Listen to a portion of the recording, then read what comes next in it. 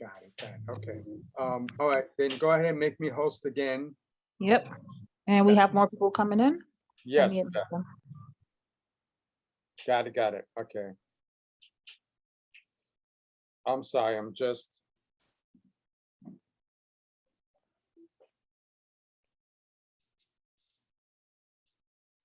sorry. I'm answering Dr. Lydie's text.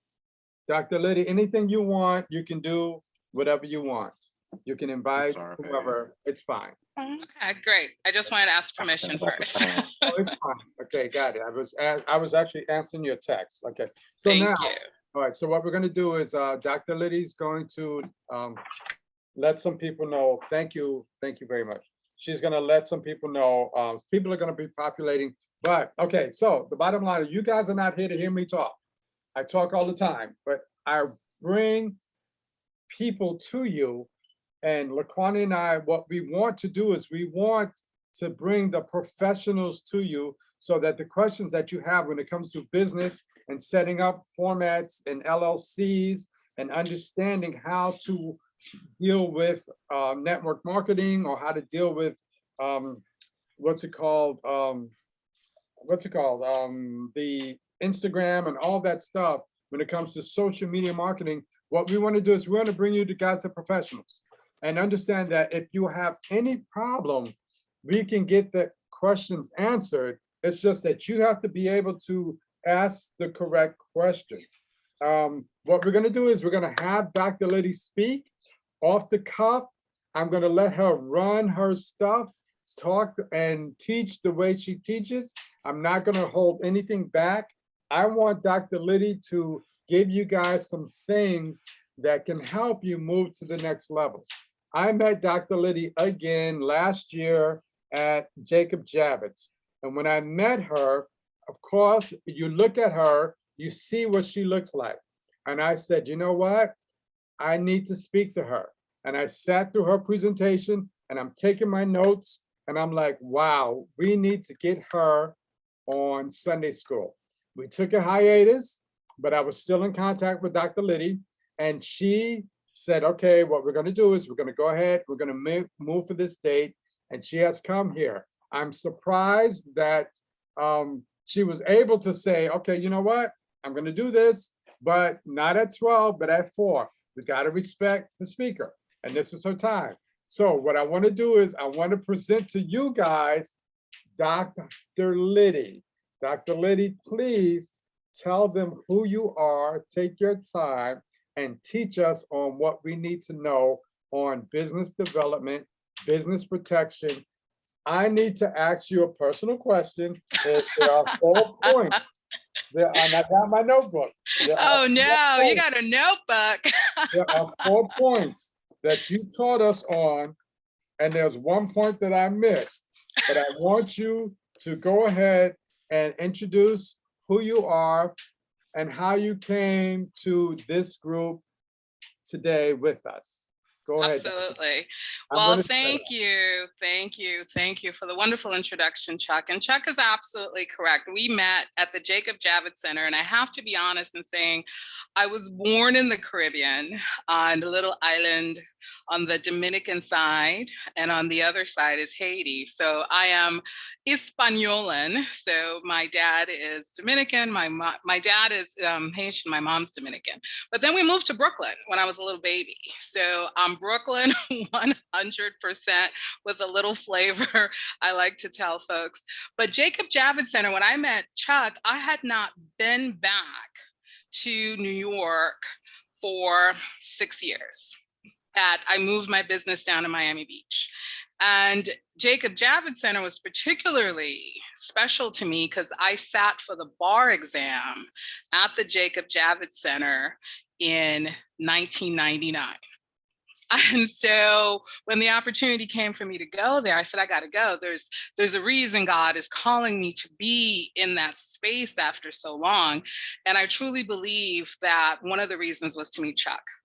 because I had no reason to be at Jacob Javits Center on that particular day at that particular time, except I felt a calling to be there. So I truly believe that when the Spirit moves you, and you will find that a lot of what I share with you, I talk about Spirit, I talk about God, I talk about the power within us, and I do that in full disclosure. So if it offends anyone, I apologize ahead of time, but that is who I am. And so I share who I am. And for some, it's wonderful. For others, they choose to go a different way. And that's all right with me. So my story is not very different from many of what you're sharing. And there's a young lady who shared about needing to get a position. She was doing candles. I have a connection for her. After our talk, I just got a client down in Texas, a sister who does candles, and she calls it, I believe, sister candles. So I'll do that connection for you after our talk. And that's open to all of you. I happen to have in my life a lot of beautiful spirits that come in terms of their gifts, their businesses, or there's a need. And I love just connecting folks, because you never know what the next relationship can do for you personally and do for you business-wise. And that's my story as well. So as I shared, I grew up in Brooklyn, and my dad was a business lawyer. And he was a community business lawyer in terms of, he didn't work for a big firm. He had his own practice along with a fellow accountant, and they served the community. So they served the business owners in the community, the family that had the fruit stand, the family that had the dry cleaners, the family that had the little butcher shop, all in Brooklyn. And they all came to the house after hours, because that's when they were coming off work. So his office would be closed by then. So they'd come to the house, sit on the porch, ask him legal business questions, and he would answer it. And I was a young girl. I mean, that's between the age of 5 and 9. And then something happened at 9, and I'll share what that was. But for those years, I absorbed everything Dad said. I absorbed every questions that were being asked. And all he ever asked folks was to share a little bit of what they had, whether that was food, whether that was money, and he then donated that to the church up the road. So I come from a young age of watching how each person can contribute, each person can add value or borrow value, right? And then redirect it somewhere else. So I come from that sharing space, if you will. And then when I turned 9, my dad didn't come home anymore. And we looked for him, and my mom never found him. And to this day, we don't know whatever happened to Dad. But let me tell you what happens when the main source of revenue, that single source that you have, and the young lady who said, listen, I got to go back to work, right? I feel that because when my dad disappeared, my mom was a mathematician and she was also an artist, but she didn't have a paying gig, right? She was dependent on Dad. And when he was no longer around, she had no way of maintaining the house, the bills, the car payments, my school, any of that, because she did not have an income and couldn't generate enough income to keep all those things going. So we wound up staying with family and friends, shuffling around for a while, whoever would take us in for a little bit of time. But the truth of it is, family and friends only help for so long. And we've been in those moments where we think family and friends, they got us, right? And they do for a little bit of time. And you can't really blame them because they're on tight budgets themselves, right?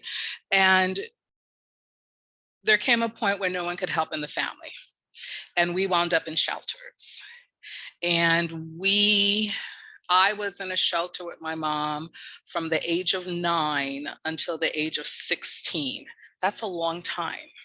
And we went from shelter to halfway house to the church, which is why I give so much to the Episcopal Church. They would give us a room to stay for a couple of weeks, but there was nothing long-term consistent. And I want us to recognize that is true not just in things that happen in our lives, it's also true for our money streams, that it is not a consistent, everlasting, ever-flowing pool of money.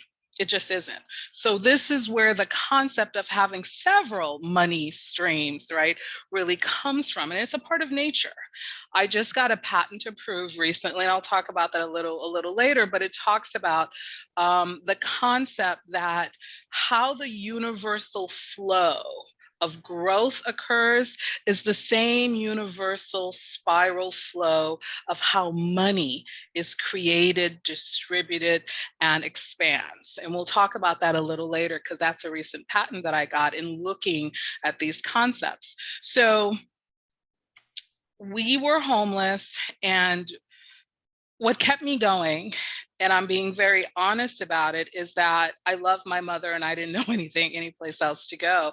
But I always loved to sing little songs because that made me feel better. And here's the beauty of it. Later on, I learned music is powerful to our brain. Music, we absorb it so much that it changes physically our chemical chemistry when we hear inspiring music. So as a young girl then, I now understood that the reason I kept singing was because it made me feel good. And when you felt good, you wind up doing good things. So every now and then at the shelter, almost every night really, and you guys know this song, and I tell people sing along with me because I want us to change the vibration of what we're feeling right now. Some of us may be tense, maybe nervous, maybe uncertain, maybe worried, but music calms that, and it allows us to rise up to a higher frequency. So the little song that you guys all knew when you were growing up too is "This little light of mine, I'm gonna let it shine. This little light of mine, I'm gonna let it shine. No matter what they say, oh, I'm gonna let it shine, let it shine. Let it shine, let it shine." And the people in the shelter would pick up that song and start singing it themselves. So it really, really was that connecting point. So that was my life until I turned 16. 9 to 16, we were in the shelter. Prior to that, living large, as the kids would say, back in Brooklyn. So I got a full scholarship to Columbia University, and now I was in a totally different life. A life that, but for the grace of God, I was able to get the scholarship.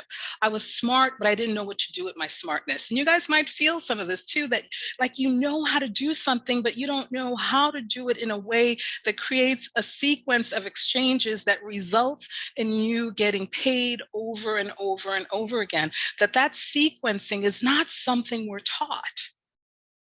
The rich do teach that to their families.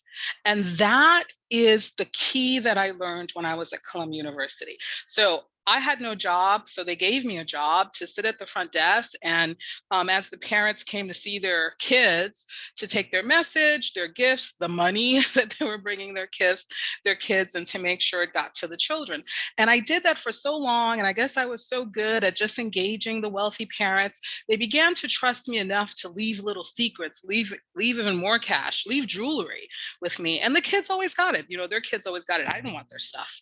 So the parents then decided that I was so trustworthy that I should have a business, that other parents would want a trustworthy, smart young woman looking out for their children.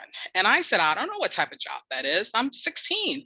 So they built for me a little business where they would call their friends and say, hey, we have a young lady, Columbia University. Don't you need a babysitter? Yes, we completely recommend her. The power of the recommendation.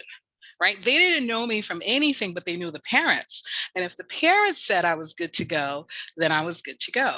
So I got all this business from parents that wanted a trustworthy person so they could go out at night, dinner, the plays, whatever they were doing, the Philharmonic Orchestra, and they knew their kids were taken care of. And I took care of the kids. They did their homework well. We went over science. We did everything. They got fed, put to bed, and then I studied the rest of the time.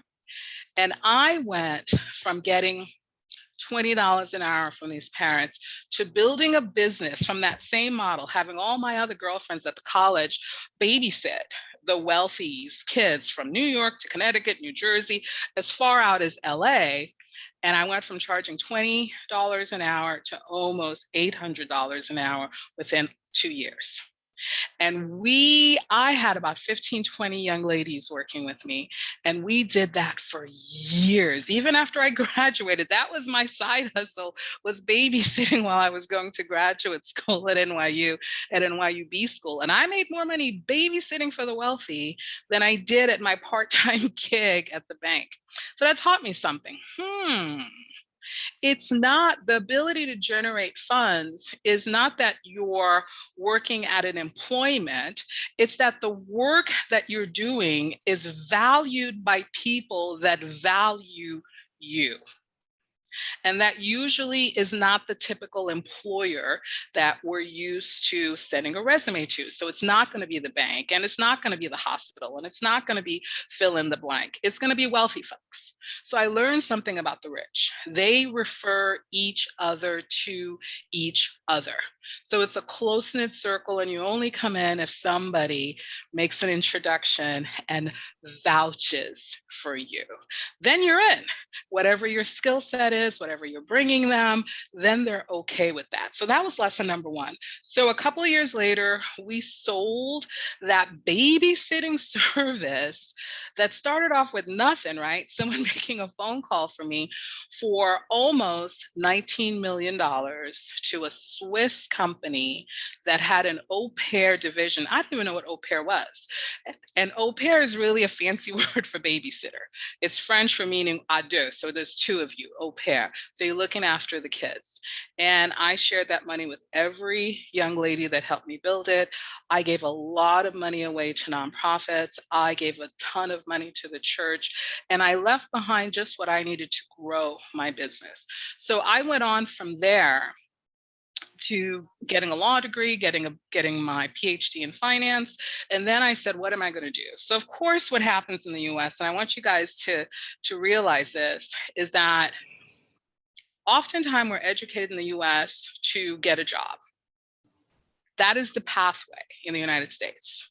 Get a job with your skills. It's not the pathway in the United States to learn and open a business. But yet the founding fathers, and I publish on this topic, the founding fathers' whole mindset was that the Americas would be where a man, and that was the thinking, where a man could make something of himself. That it didn't matter who your family was, all that mattered was that you work hard and you had some degree from somewhere that said you could do the skill set that you're doing, and that because you were part of this collective of good men doing good things, then you would naturally be part of the group that was growing their businesses collectively. None of the founding fathers grew their businesses alone. And when I teach that at the graduate level to students, to adults really, they're shocked by that. The concept of small businesses was never meant to be you're alone in your business. It was always meant to be that you owned the ability to make money along with the back and flow exchange of other small businesses with you. So you were never alone in the process of seeking and making money. But that was never really what happened in the US, other than with the founding fathers. When the concept of having a job came in, prior to people having jobs. They had their farms where they would grow things. They had a skill set that they would sell. But then the concept of having a job really came in after America began to say, we want to build big things, big buildings, and we want to mass produce like cars. So you can thank Ford, Mr. Ford, for creating the whole process of automizing the construction of cars, but he also automized the creation of people in terms of our skills then were just added to the assembly line. So the piece that you did would be added, it would go on to the next person, and your value was never really captured. You were just part of a process. And when he did that, we all became by default employees. And I'll talk about the patent that I just got approved. So Robert Kiyosaki created the cash flow diagram with the 4-quadrant, the cash flow quadrant.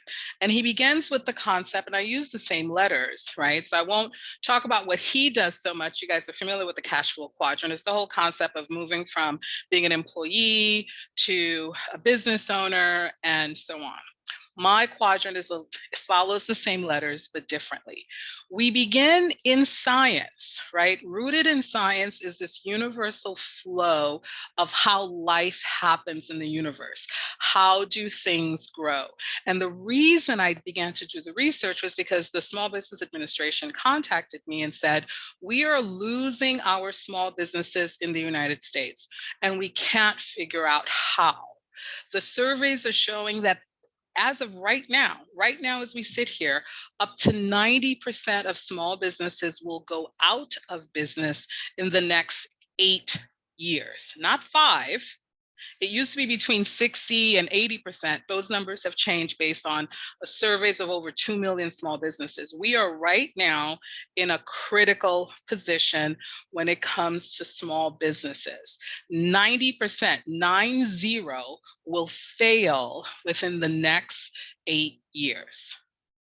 Now, if that sounds shocking to you, it is, because not even the government realized how bad it was. And when they looked at why are small businesses failing, it's nothing to do with race. That was a shocker for them, right? It's nothing, which are sort of our traditional go-tos as to why things fail. It's nothing to do that the person starting the business doesn't have skills. It's nothing to do with that. Of course you have skills. You wouldn't even bother starting a business if you didn't believe you had skills. It has to do that our mindset from our educational system trains us to be an employee. And we take that employee mindset and we now try to apply it to a business owner's mindset. Guess what happens? You fail. And you might say, well, what? I won't say it's by design. Some will say it's by design. I'm going to say it's by evolution. We started off as a country that needed workers, i.e. slaves. The Native Americans were the first slaves. They were forced to work on the plantations.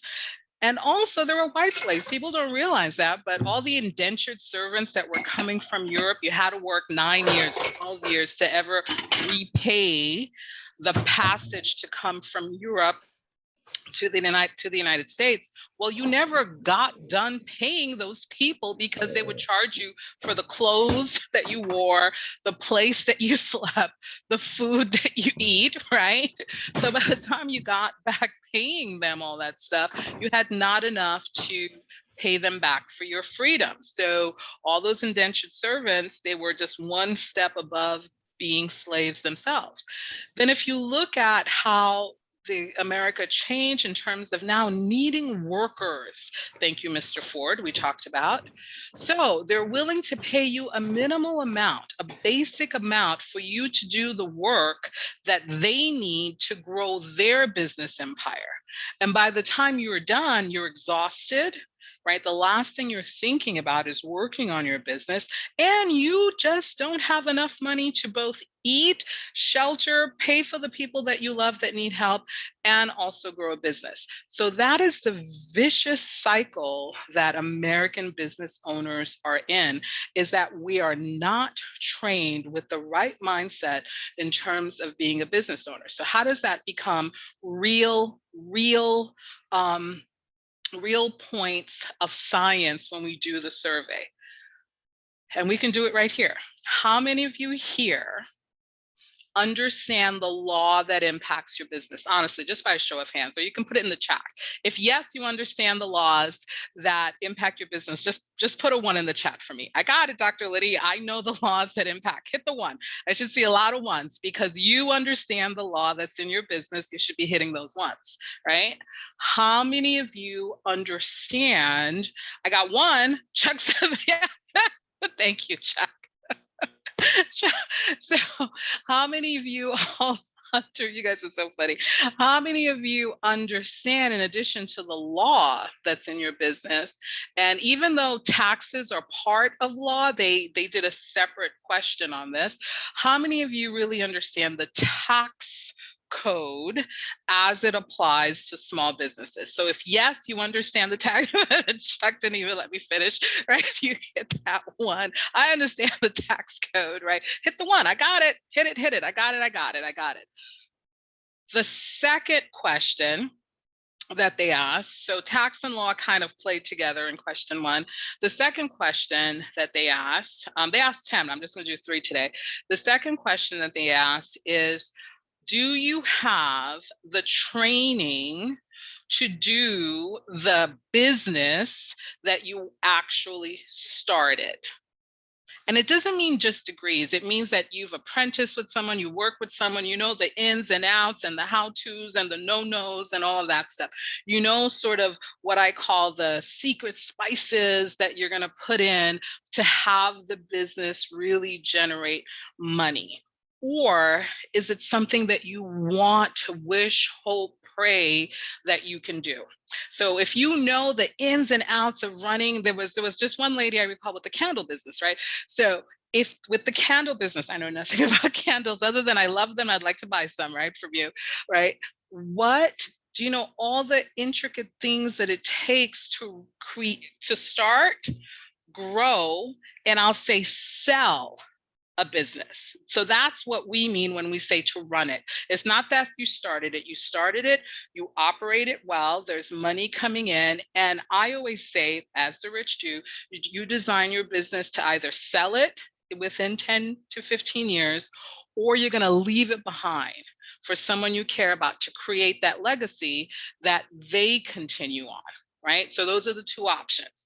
So hit all those 1s. I got it, right? And the third question out of 10 that they asked, that they saw in the research that came back, is that most small businesses run out of money before their business could really take off to be successful.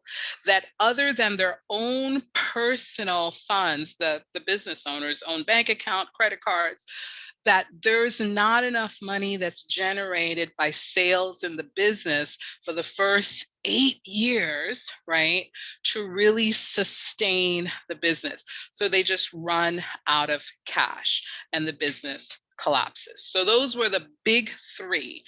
And the Small Business Administration was shocked.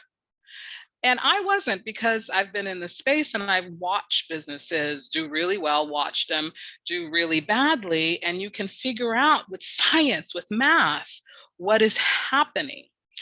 One of the other reasons that was in the survey, but it wasn't top 3, and I share this with you, is what came up as lack of confidence. It was maybe number 6 or 7, right?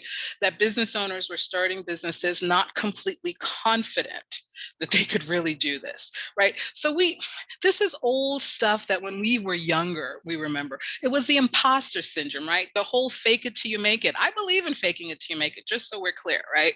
So go ahead and fake it, but also be learning what you need to learn so you no longer need to fake it after a certain point. But the problem that they were seeing is that number 7, 8 on the survey was that a lot of business owners were putting down that they were not completely confident, right, in their ability to run a business, in their ability to access funding for the business, in their ability to market. Marketing came up as number, ready for this, 14.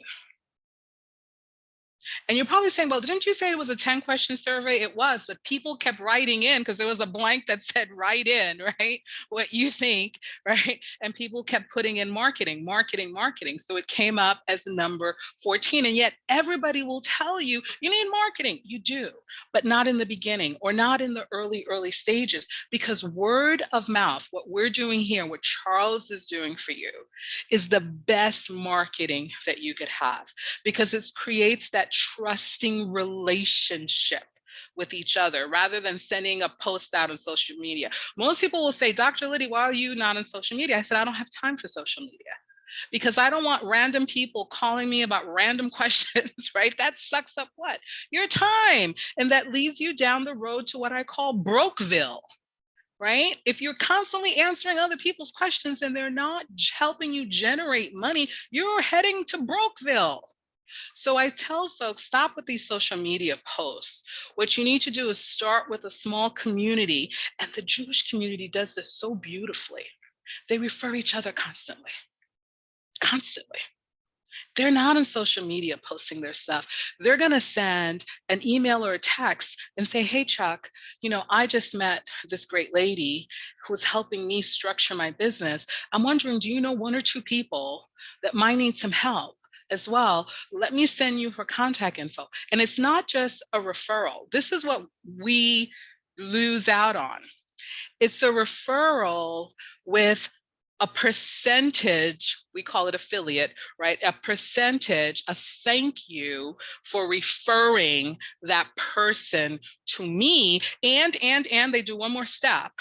And if that person winds up doing some business with me, so it's a little percentage for the thank you introduction and a little percentage if they do business with me. They do that 2-fer percentage. And that's how their businesses keep growing. Separate from what they're selling is this back end affiliate referral, refer good people, refer. Now don't refer bad people. That's a really good way for them to stop sending anyone to you. You got to vet these folks, make sure they can do the do, as I say. And it's a referral for the introduction. It's a referral if there's any business. And it's anywhere between 10 to 20%, whatever you guys agree on. But that's something in our community. And I say our community, if you're from New York, you're my community. If you're from the Caribbean, you're my community. If you're darker than beige, you're in my community. So what happens is we don't do that in our community.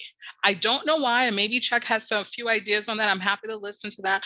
I'm trying to figure out the science behind, right? I believe in numbers, right? I don't believe in anecdote. Anyone can tell a story, but what do the numbers tell me? So why do we not do that in our community is a whole different discussion, but I wanted to raise it with you here because that is what the successful businesses are doing. They're referring for a percentage. They're referring if anything comes out of that referral, there's a secondary layer of percentage. And some people build a whole business model around that. So I want to talk about what I call the core V's for a minute.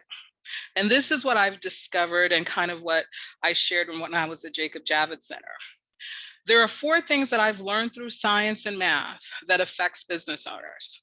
One is that most business owners, and this goes to the confidence aspect, don't see their value. My 4 V's. Value is number 1. Whatever happened to us as children, and some of those stories are horrific. we have allowed that to take away from us our ability to feel that we really have something valuable to offer, whether it's the world, our next door neighbor, our family. There's inside of us, deep inside of us, we think we are not enough. So that what we value, what we bring to others, we ourselves don't think it's valuable. And shame on us as a community of beautiful, spiritually infused people to not think and believe the words that we read, that we are valuable. What happens to us has nothing to do with what our value is. Our value is determined by what we do when certain things happen to us. Our value is determined by what we create out of the ugliness sometimes that exists around us. Our value is determined by what makes us happy that we share with others. So my V4, value is number one. My second V that I've discovered is that our vision. The vision that we have for ourselves, the vision that we have for our business, the vision that we have for those that we care about, we don't, what I call, activate it. We keep it hidden as if no one should be able to see. Right? Our vision. No one should, I don't want to share my vision because we think someone is going to take it from us. And that comes from the mindset. And I know where it comes from because I've lived this mindset, right, as a child, that if all I have is my thoughts and how I feel and how I hope and my dream, I don't want someone to take away that vision from me because that's all I got. And the truth of it is, if you look at all the celebrities, you know, if you look at J-Lo, I went to high school with J-Lo, but I didn't have enough vision in myself at the time, remember, until I got to college. That's parents saw my value, right? I used to sing on stage with J-Lo. Look at J-Lo now. I didn't see my vision, but her mom saw the vision for her and pushed her forward, right? And when I tell people I went to, you know, the High School of Performing Arts with J-Lo, they're in shock. And I'm like, yeah, we used to do plays together. But she continued with building her vision. I did not. Now, clearly God had a different route for me. I get it, right? Had a different route for me. But your vision, I remember that she used to constantly tell people that she wanted to be a Hollywood star. People would laugh. And she said, I'm going to make it. I'm going to learn how to do this. I'm going to try out. She was constantly trying out for things, constantly. I was constantly studying, right? So whatever you're constantly doing, you are building, although whether you realize it or not, your vision. Whatever you spend the most time on during the day is your vision. So if things are not working out or developing or unfolding in a way that you like, take a look at what you're spending a lot of your vision on. The things that you spend time dreaming about, writing about, talking about. Flip it if you need to from negative to positive. And once you have that positive vision, act on it, act on it, act on it, act on it. Ask for help if you need to. I have never asked someone for help who told me no outright. They might have delayed a little bit. Right? Might have been, Chuck, how long has it been? Since October? It might have been delayed a little bit, but they never outright say no. That's a powerful thing for you to know. That no one's going to outright tell you no if you ask for help. They might delay, or they might say, you know what, let me connect you with so-and-so. They could really help you with that. But you're never going to have that experience unless you do the ask. So value, vision. My third V is visibility. And this is where I fail at. I'll go first, as I often say, right? this is where I fail at, or I could do much better at. I don't spend time with my own visibility. And I wonder how many of you are the same way. So put in the chat for me, just hit 1. Do you think you could do more with regard to your visibility or your business's visibility? Yes, I could do more. Hit that 1, right? Hit the 1. I can do more visibility. I can do it. I can do it. And the truth is, the vast majority of us can do more on visibility. The question becomes how? How do you accelerate, activate, engage, elevate your visibility? And there's a lot of ways now that you can do it. People do it on LinkedIn. If your business is business focused, drop a LinkedIn, the little videos that they do, blah, blah, blah, right? That's purely for the business folks. Now, I'm suggesting things that I have not done myself. But I know, right, that it absolutely works because I've got clients doing it, right? So social media, we think we're visible on Facebook or Instagram, blah, blah, blah, to the extent we are. But social media is just meant for, hey, what's up, y'all? It's not really meant for the business community. None of the business community, what they do is just advertise. They don't spend time, right, on Facebook or Instagram. Now, there's a difference. Visibility on social media gets you seen, but how much of that results in money in your business? And I asked many of my clients this. You got this post, Lydie, you're never on social media. I said, for what? Right? And I don't even respond to their things. I'm like, there's 24 hours in the day. Let's say 8 of them are for sleeping. You've got 16 hours sleeping and just, hanging out or something, right? Now you got 16 hours left of real time, right, in the day. People spend 4 or 5 hours on social media. How are you going to do any work? How are you going to do constructive things that build relationships and trust that bring you business? You can't really do that on social media. And people will say, well, I have an automation system. I got this. Great. So you should be doing really well and not be listening to me right now. The problem is these things are supposed to work and we do need them. I'm not saying don't use them. I'm simply saying that it's not giving us the level of visibility that we truly think that we're going to get by being on those platforms. We should be visible. You should have a handle where people can search you. You should, and that should take them straight to your real work, which is on your website where all your stuff lives forever. And I have a lot of clients that have been shut down by Facebook. And I share this with you because when they call me, I tell them there's nothing I can do. Facebook is a private business. They can do whatever they choose to do to your account. And a lot of businesses, people that run their business on Facebook have been shut down. Now they have nothing. And all of the data is gone.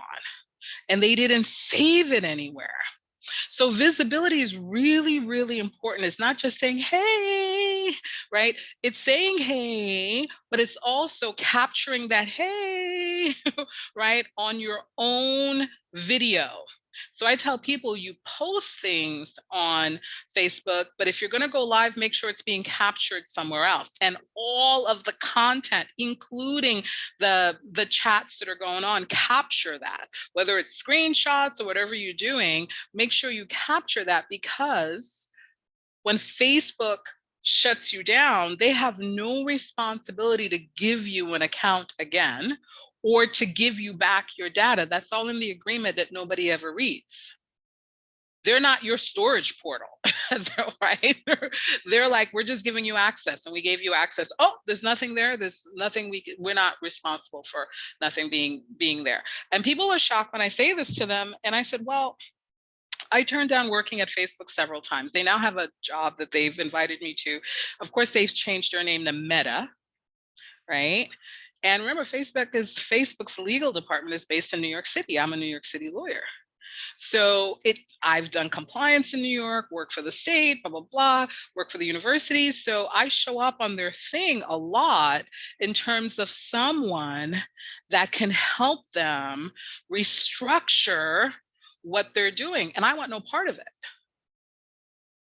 Because what Facebook does is for Facebook.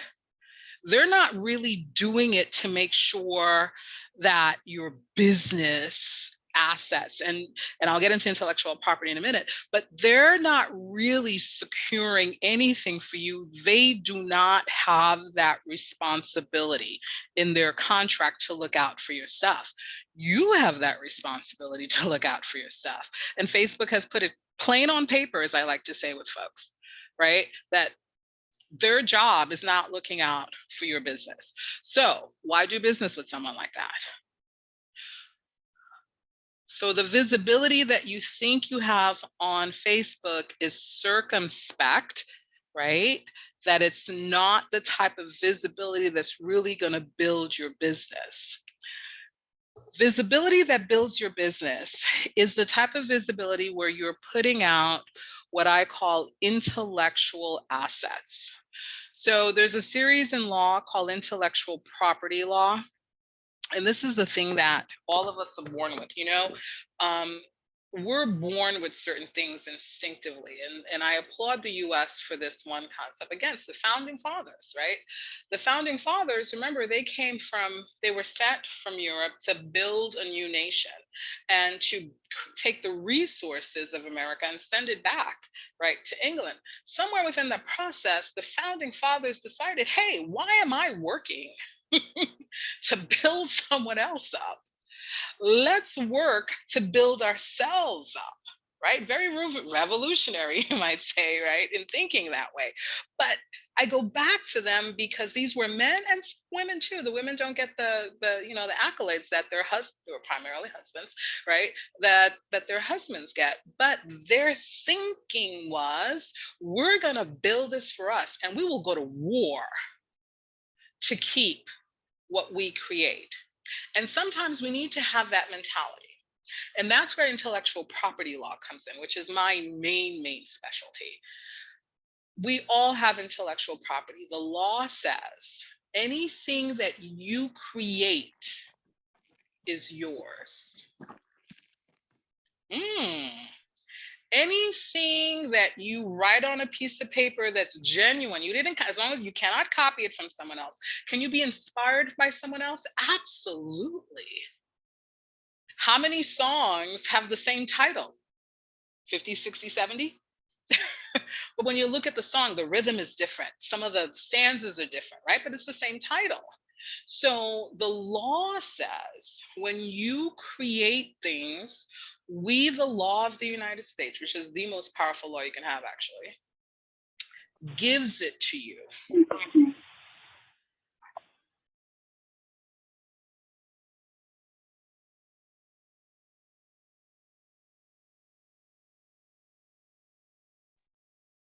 Okay, so the law says your original ideas are yours.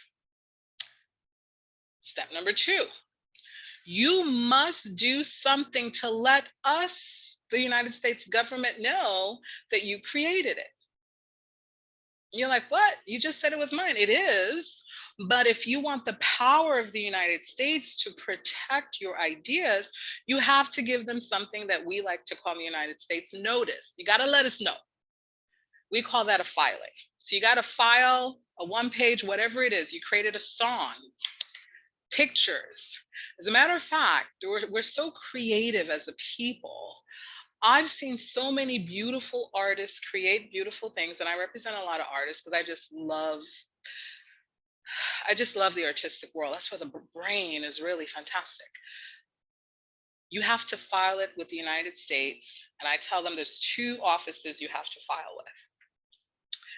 Anything that you create, whatever it is, a song, a picture, a diagram, a system, a way of doing things, what Charles is doing here, right, is amazing, right? All of these videos are intellectual property assets that he has. And if you guys are doing videos, same thing. If you guys created an ebook, same thing. You should first copyright it. And I'll tell you about copyright right now. Copyright means exactly, law is very simple, I tell people. The words mean exactly what it says. Copyright, do it backwards, it's the right to copy. You're giving someone else the right to copy your stuff. That's step 1. Step 2 is, this is what I tell people, you don't just give them the right to copy it, you also want a revenue stream from them copying your stuff. Remember we talked about affiliates a few moments ago? Within intellectual property, copyright, the right to copy my stuff, I'm going to give you a license to copy my stuff. So you're going to pay me an affiliate, a revenue stream, some amount of money that I agree to for you to copy my stuff. So within the United States is the most powerful laws. Why do I know this? Because I work for the United Nations in terms of training other businesses in other countries. And I tell them the United Nations uses the United States intellectual property laws. They have a whole organization around it called WIPO, World Intellectual Property Organization. And the US refused to be a part of the United Nations until the United Nations members, 189 countries, agreed that when it came to intellectual property, our creativity, that it would be the law of the United States that would be the law within the United Nations that all other countries had to accept. Otherwise, the UN was like, peace, we're out. And the United Nations said, we agree. And that's why the UN sits in New York, right? And they said, listen, since you agree, we're going to give you some real estate to put the building in. We'll go ahead and help finance it, right? So what does that mean to you? It means when you create anything under US law, you are protected by that law around the world. It is yours. So that's copyright. Trademark, a lot of us know trademark. That's also part of the intellectual property. That's part 2. And the trademark is any sort of word, logo, picture, short little phrase that is your mark in trade. Trademark. Your mark in trade. It's what people see, and without seeing it, just seeing it, they're like, oh my God, that's Chuck's company. You know, oh my God, you know, that's Samuel's company. Right? Oh my God, it's Dr. Lydie's. All that you see the picture or you hear the phrase, right? You know immediately whose company it is. That's trademark. So trademark, then, if you're a business owner, you will have some trademark assets. And I call them assets because, again, just like copyright, you can give people a license to use your trademark and you get that little affiliate money behind it. I say to everyone, those 2 things, copyright and trademark, if you are in business, you must have them.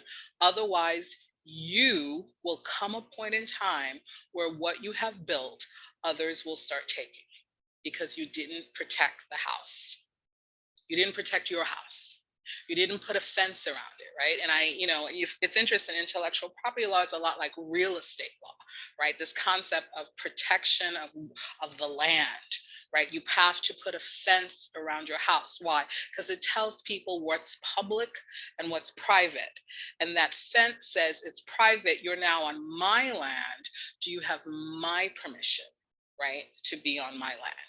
And you might say, wow, is that technical? Yes, it is. I read a book a long time ago when I was in graduate school called, and you guys might have read this too. It was by Adam Smith, Wealth of Nations. I suggest you guys pick it up. It's a big book. I mean, it's like, ooh, but all these ideas, a lot of these ideas came from the book that Adam Smith wrote, The Wealth of Nations. And he wrote it very, very early on in the United States development. So a lot of these laws that you see in business in particular, in real estate, because real estate was always the biggest type of business in the United States, right? So the laws kind of parallel each other. But for our purposes, I want everyone to get their copyright. So any original ideas that you have, pictures, songs, photographs, t-shirts, slogans, all of that stuff, you should copyright. Why? For the reasons that I've said, and here's more of the law that I want you to know. We need to start building our legacies. What do we leave behind for the ones that we love? And some of you might be like, what do they want? Right? Anything that's valuable to you, V1, is likely valuable to your spouse, your children, For those of you that have grandchildren, godchildren, I wasn't blessed with children, but I have 10 godchildren. Everybody wants to give me their kid, right? So 10 godchildren. I take it as my responsibility to make sure that they are set up in a way that I was never set up. My dad probably intended to, but he didn't get the opportunity. So what do we leave behind as our legacy for the ones that we love and for the world to know that we've done this, we've been here? What is our mark? So I do a lot of work in Latin America, and the Mayans have a saying, and I want to share this with you because it's been powerful for me. The Mayans have a saying that says, if it is to be, it is up to me.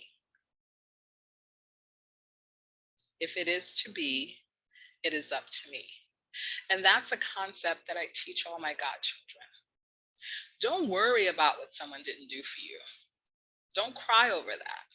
Don't be angry about it. Don't be pissed off, whatever. Recognize that there's enough inside of you to create, build, bring forth, push forward, defend, fight if you have to. Because the Mayans recognized it centuries ago, if it is to be, it is up to me. Nobody else is coming. And when you realize, sometimes they do, don't get me wrong, right? If there's a fellowship, a camaraderie of support, we will show up for you. I have shown up for people several times because it was the right thing to do.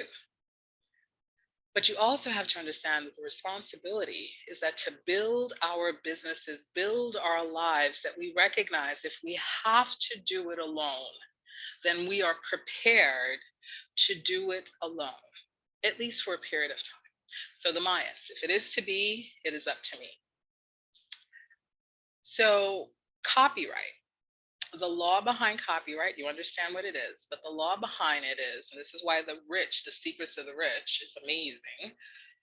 When you copyright something in the United States, you own that copyright. Nobody else has the right to copy unless you give them a license. Whatever that thing is, you have that power for your entire life. Plus 75 years after you die. That gives your children and grandchildren an opportunity to refile and keep it in the family. Now, this is the type of information I think they should be teaching in high school, but they're not. This is the type of information in college. They're not. This is the type of information our parents should be sharing, but they didn't know to share it with us. I can't tell you how many older clients I have that are now starting businesses. There's even a word for it. A friend of mine taught me this. He's in the insurance business. Refirement. So it's not retirement, it's refirement, and not in terms of, and this is in terms of you're firing your employer and you're firing up yourself, right? I'm like, oh, it's pretty cool, right? So there's this whole refirement community that people that are in their 60s, late 50s, that are starting businesses for the first time based on the knowledge, information they learned as being as employee. I love it. Right? So there's a whole community around that, and I love hanging out and working with them. So that's what copyright does, the legacy for your children and your grandchildren. Trademark's a little different because it's in business. And remember, the US don't expect you to stay in business very long, right? According to the SBA, we're all out, including me, in 8 years if we don't do the right things, right? So the trademark, you must renew your trademark every 20 years.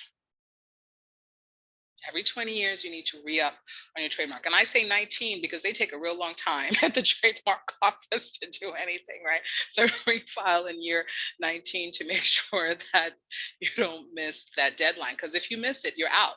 I can't tell you how many people have missed it, and the next day to try to file it, and somebody else submitted their stuff, right? The same logos, the same slogans. I'm like, there's nothing I can do, right? We have to keep track of these things. The other thing is the patent, and we'll circle back to what I talked about, that I just got a patent, and I'll tell you what that is.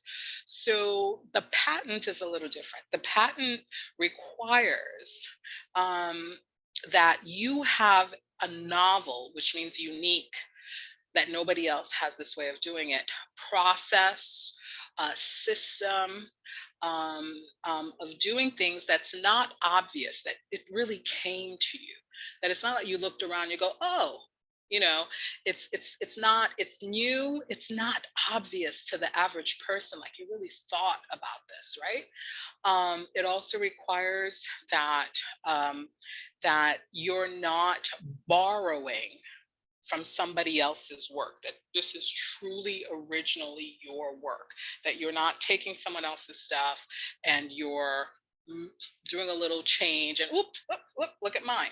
So you can, it can be built on the knowledge of someone else, like my cash flow, like the cash flow quadrant. I call mine the universal business success quadrant, because I'm about building the business, and when you build a business, you build the individual within the business, right?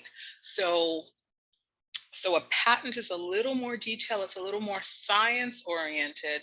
It's not so much the creativity of words, it's the creativity of processing, of how do you create a system, right? That one step leads to another, leads to another, leads to another. And I'm telling you, we, our community is very good at building systems. We just don't know it. The best cooking I have ever had, and I'm from the Caribbean, we love cooking, right? The best cooking I have ever had has been in South Carolina. The way they make chicken, those ingredients, worthy of a patent. Ever heard of something called Kentucky Fried Chicken? Patented. So when we think of a patent, we sometimes need to do the relationship of how does it show up for us really in the world? Kentucky Fried Chicken. As a matter of fact, and every food vending that you can think of has a patent on how they make their food. And most of that food is not very tasty. So I am sure your grandmas taught you some really, really good ingredients to make some really, really good food. I know my grandma did, right? Imagine if you patented that. I have a client from Trinidad who started the when he was a younger man,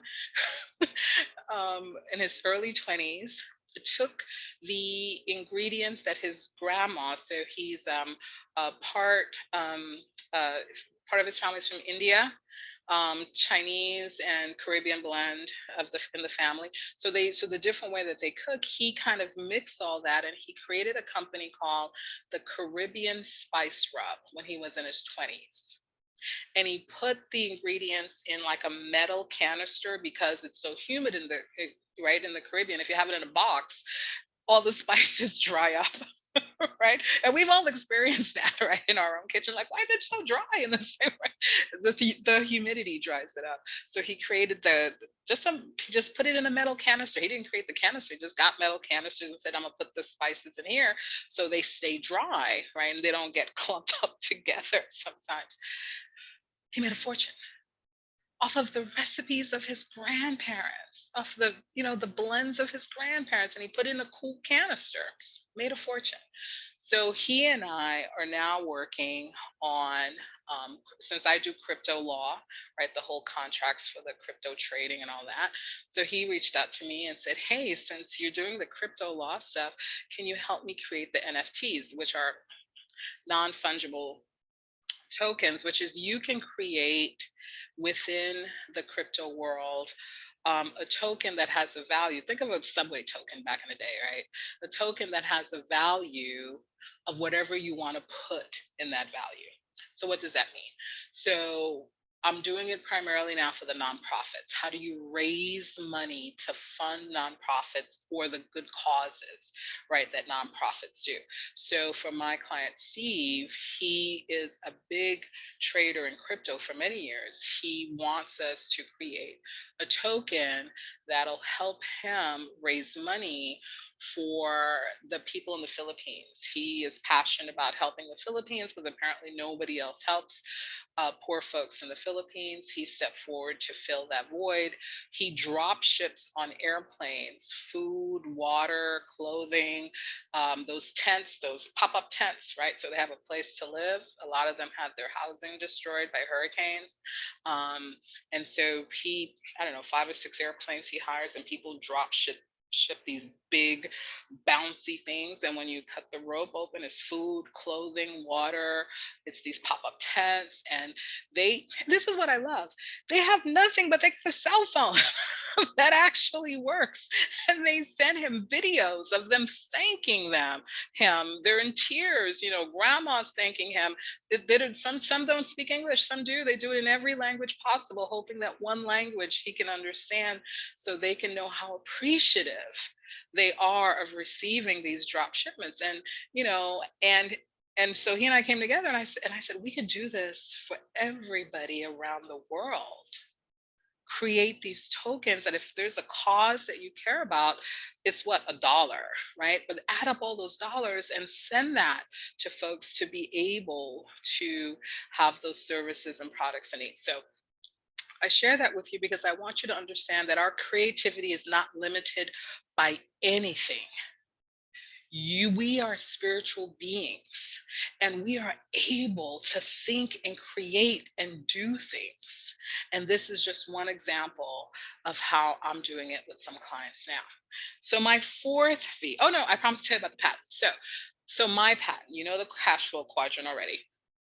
My patent begins in science. So using the universal flow of the universe, we begin at the lower, if you had a box in front of you, right? You draw a line down, a line across, you have 4 quarters in front of you.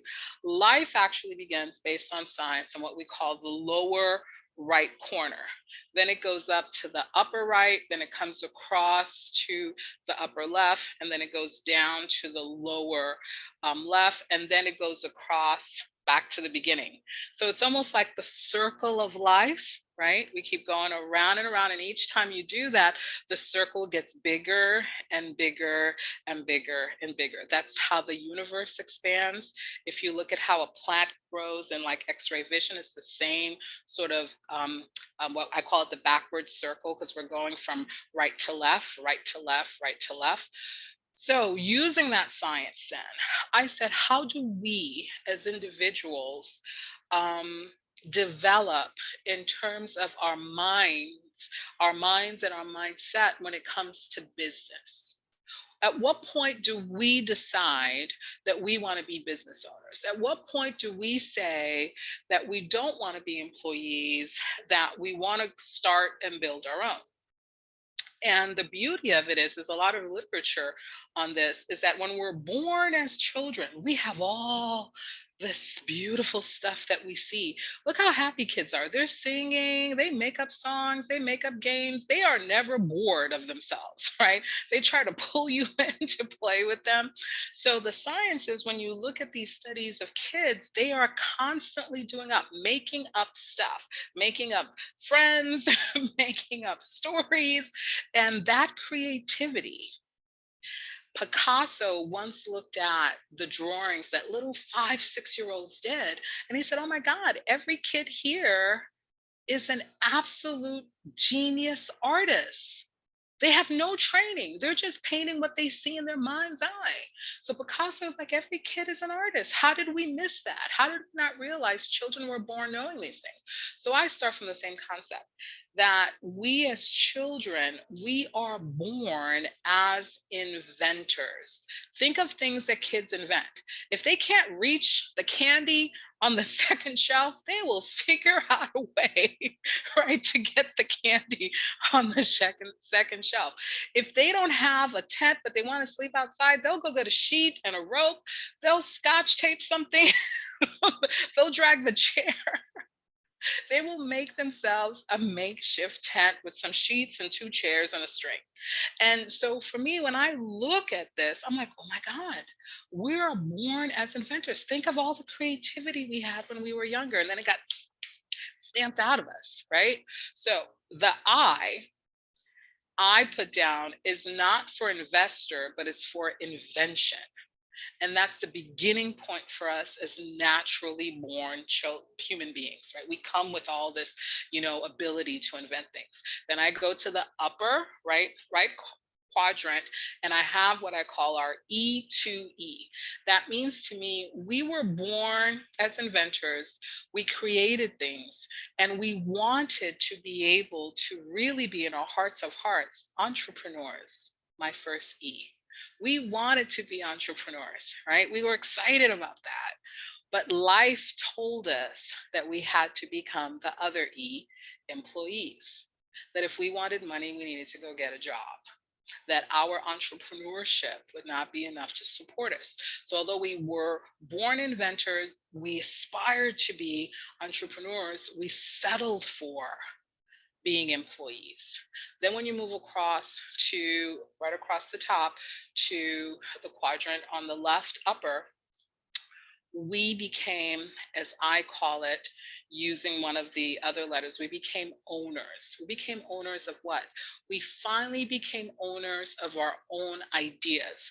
Understand that the ideas started when we were children as inventors, but we didn't own our own ideas. We didn't have a copyright. We didn't have a trademark. We didn't create a patent. We didn't have a business, right? So it's not until we get older and we're like, we really don't like the job that we're doing, that we really want to go back to owning our own stuff, owning our ideas, owning our ways of doing this, owning the possibility of what if. So for me, that's when we begin to become owners of our own destiny, whatever that means for us in business, however that shows up in business. We finally get to the point where we're claiming it. The problem is, it's taken us so long to get there. We don't know how. This is where many of us are. That we need to retool and relearn the how of running the business that we always wanted to run. And that includes the law, that includes the taxes. Why is that? Because the SBA says that's what's going to take you down within 8 years. It's going to be the lack of knowledge of the law, the lack of knowledge of taxes, the lack of knowledge of confidence, the lack of knowledge, when I say knowledge, I mean how to do it, right? The lack of knowledge with regard to funding. That's what's going to take us out. It's not going to be that we don't have enough customers. It's not going to be that we didn't get the marketing right. It's going to be the things that we didn't think we needed to know, that somehow by magic, the law would happen in our business. Somehow by magic, we would know how to do the math, run the numbers, find the funding. No, we have to learn it, implement it, right? And then once we've implemented it, we got to keep doing it. It's not a one-time only for us. We're in it for the long haul. And the final quadrant of my universal business success flow chart is that we become system developers that repeat, that the affiliate I was talking about, right? That you're replicating what you do that brings in an income stream. So that you have to systematize your ownership of the business, that if you're not there, it runs without you. Maybe not in the best format possible, right? But it still runs without you. And what do I mean you're not there? You pass away. COVID has shown us how vulnerable we are, right? That we can be taken out at any time. Does the business continue without you? So I don't want you to build a small business that only relies on your consistent, continuous engagement. That's not what the rich do. They build a business where they're in it at first, then they systematize it, that it runs without them. Why? Because they know at some point they will no longer be there. None of us are going to live forever. Some will live longer than others. My family tends to go out in the mid 80s. right? Some live to 100 and something, right?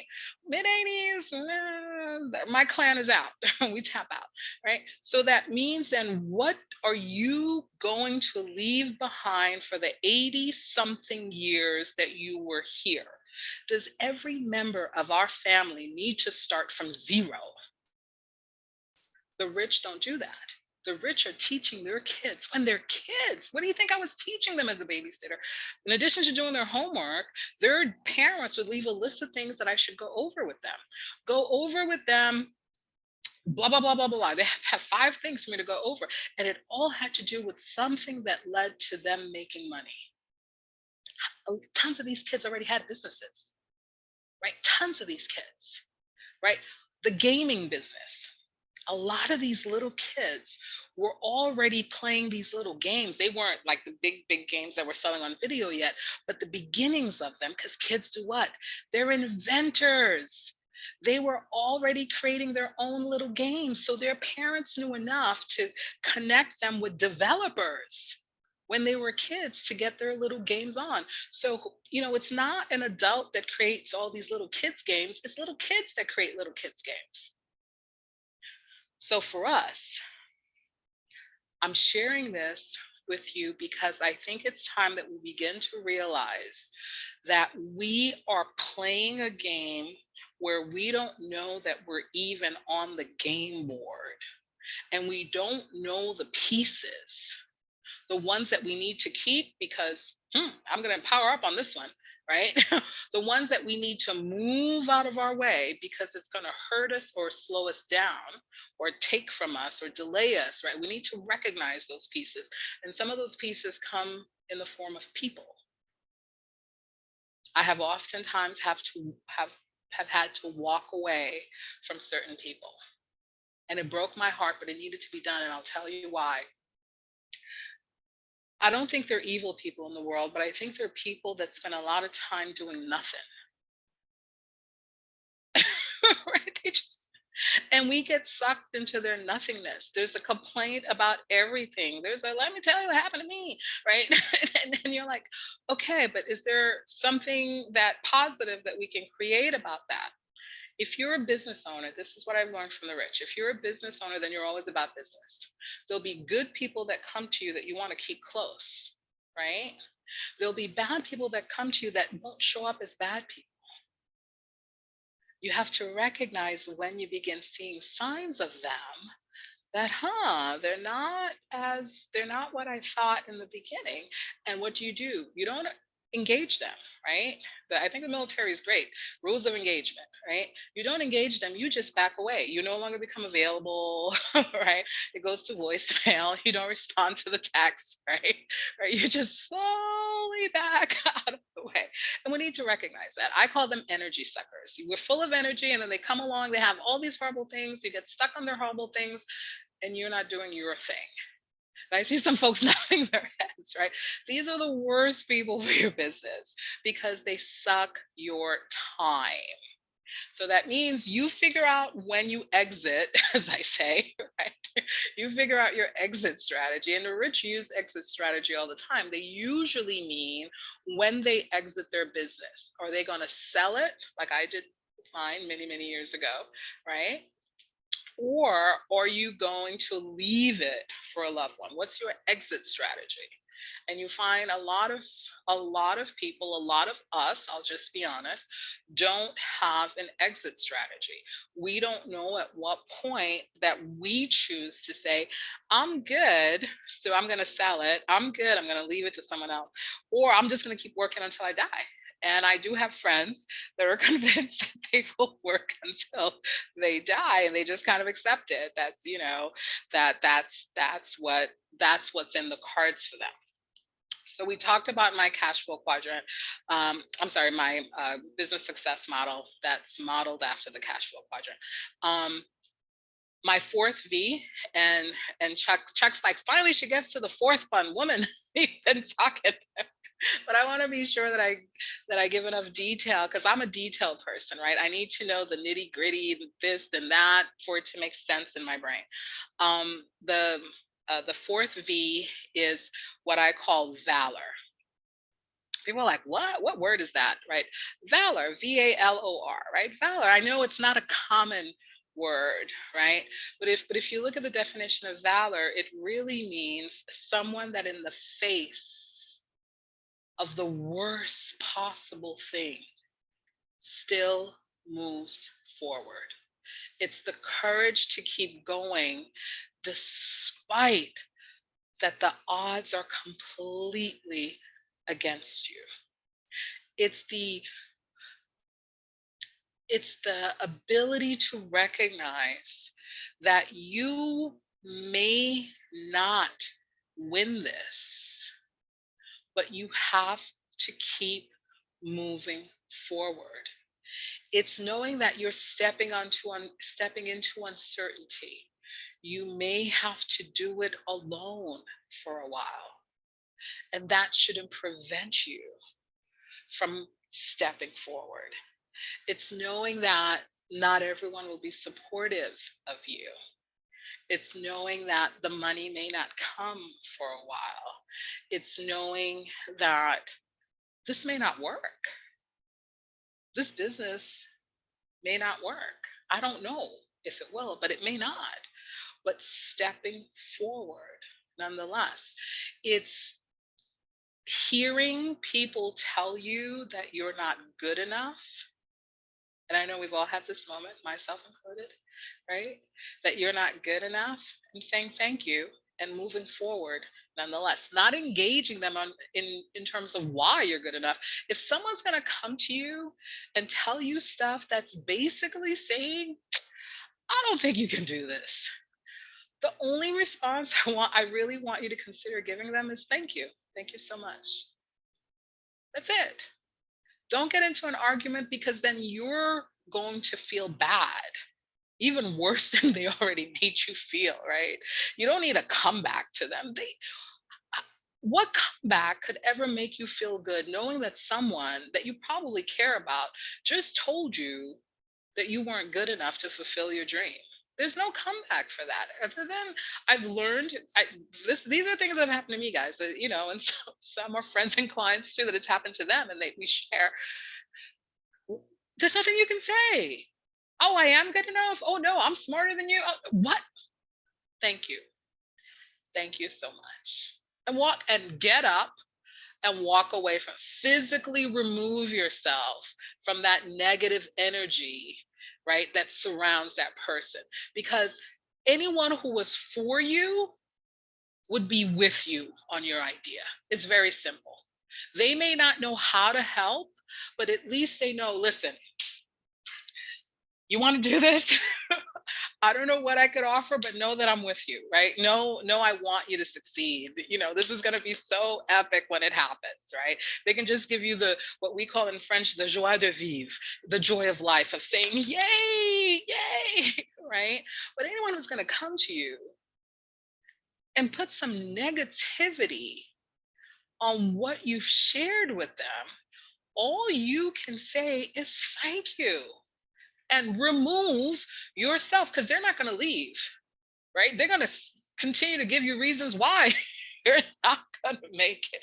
You've got to get up and say thank you, and pick up your little bag, your little purse, your little coat, and walk the heck out. I don't care if you're at a restaurant, their house, your house, you're in the car. Can you pull over, please? Thank you, right? Because why sit there and let that negative energy, and we do resonate energy, right? Let that negative energy come into you like that. So now you start doubting yourself. And the more people that say, well, I don't know, blah, blah, blah. Thank you. I just wanted to share with you, but I appreciate, it's okay. Thank you so much. And then I'm collecting my stuff as I'm saying it, right? Because I'm out. Because I can go find other like-minded people. And I think this community that Chuck has built is really fabulous, that you gather together on a Sunday on the Lord's Day to talk about these things. So those are my 4, right? And valor is the hardest one, because it requires sometimes you walk away from people that you care about. I'm not saying you cut them off and you never say hello again. I'm saying you don't include them in your business plans. You don't talk about what's good, what's bad, what's ugly in your business, because they're not going to be receptive nor kind nor offer anything of value to you. Right? They're gonna say, I told you, you know, and I'm like, okay. So maintain, you know, in the Caribbean, you know, we have these little things where we talk about not everyone needs to know what you're doing, right? Because some will be with you, some will be for you, right? Yay! Some will not. And you never know who it is. So when they expose themselves, right? Valor kicks in, and you choose to move forward without their support, despite their negativity or lack of faith in you, right? Don't allow that to enter into your being. Thank you. Don't argue. Don't yell at them. Say, you can never come to my house again. None of that. Just say thank you. Get up and walk away from the energy. Go to the other room, the backyard, to the street corner, the pizza place down the block, wherever. Remove yourself from that. So those are the 4. The last thing I want to share with you is that I'm a numbers girl, right? If you haven't figured that out yet, right? I do the math. And we are now in tax season. And I know Chuck loves taxes. And I love them equally, if not more. And I have put together what I call cracking the tax code for entrepreneurs or small businesses. Because I get this question all the time where people say, how do I know whether I'm an entrepreneur or I'm a small business? Right. And I think for a lot of people, they think entrepreneur means something different than small business, but entrepreneur is a French word, right? It has its origin in French, and it's really entrepreneur, which really means between us. And what the French meant by between us is that you're sharing something between us, that it's not for everybody, right? So entrepreneur is really French for between us. And for some reason that became in America, you know, a really cool word for people to say, but all it means is small business, right? It's not an exact translation, but that's the French version of it. And it became a person who didn't have a traditional job, as we say, right? It wasn't a traditional profession, right? Entrepreneur is really that we're part of the group that don't have the traditional job. Is all right. Is really all it meant. So it's the same thing in essence. It's not a difference for that. So I created this 6-week course that live for a couple of reasons. One, the tax code, as I tell folks, is designed for small businesses. And people are shocked when I say that. If you're not a tax business, you are not taking full advantage of all the money you can get back from the tax code, right? It was, again, the founding fathers were not employees of anyone. They were entrepreneurs. They were small business owners. Think of them. Benjamin Franklin owned the printing press, and he was an inventor. George Washington had a farm, and he sold all the produce from the farm. You know, Jefferson had a little thing called a plantation, and let's just call it a company for argument's sake, right?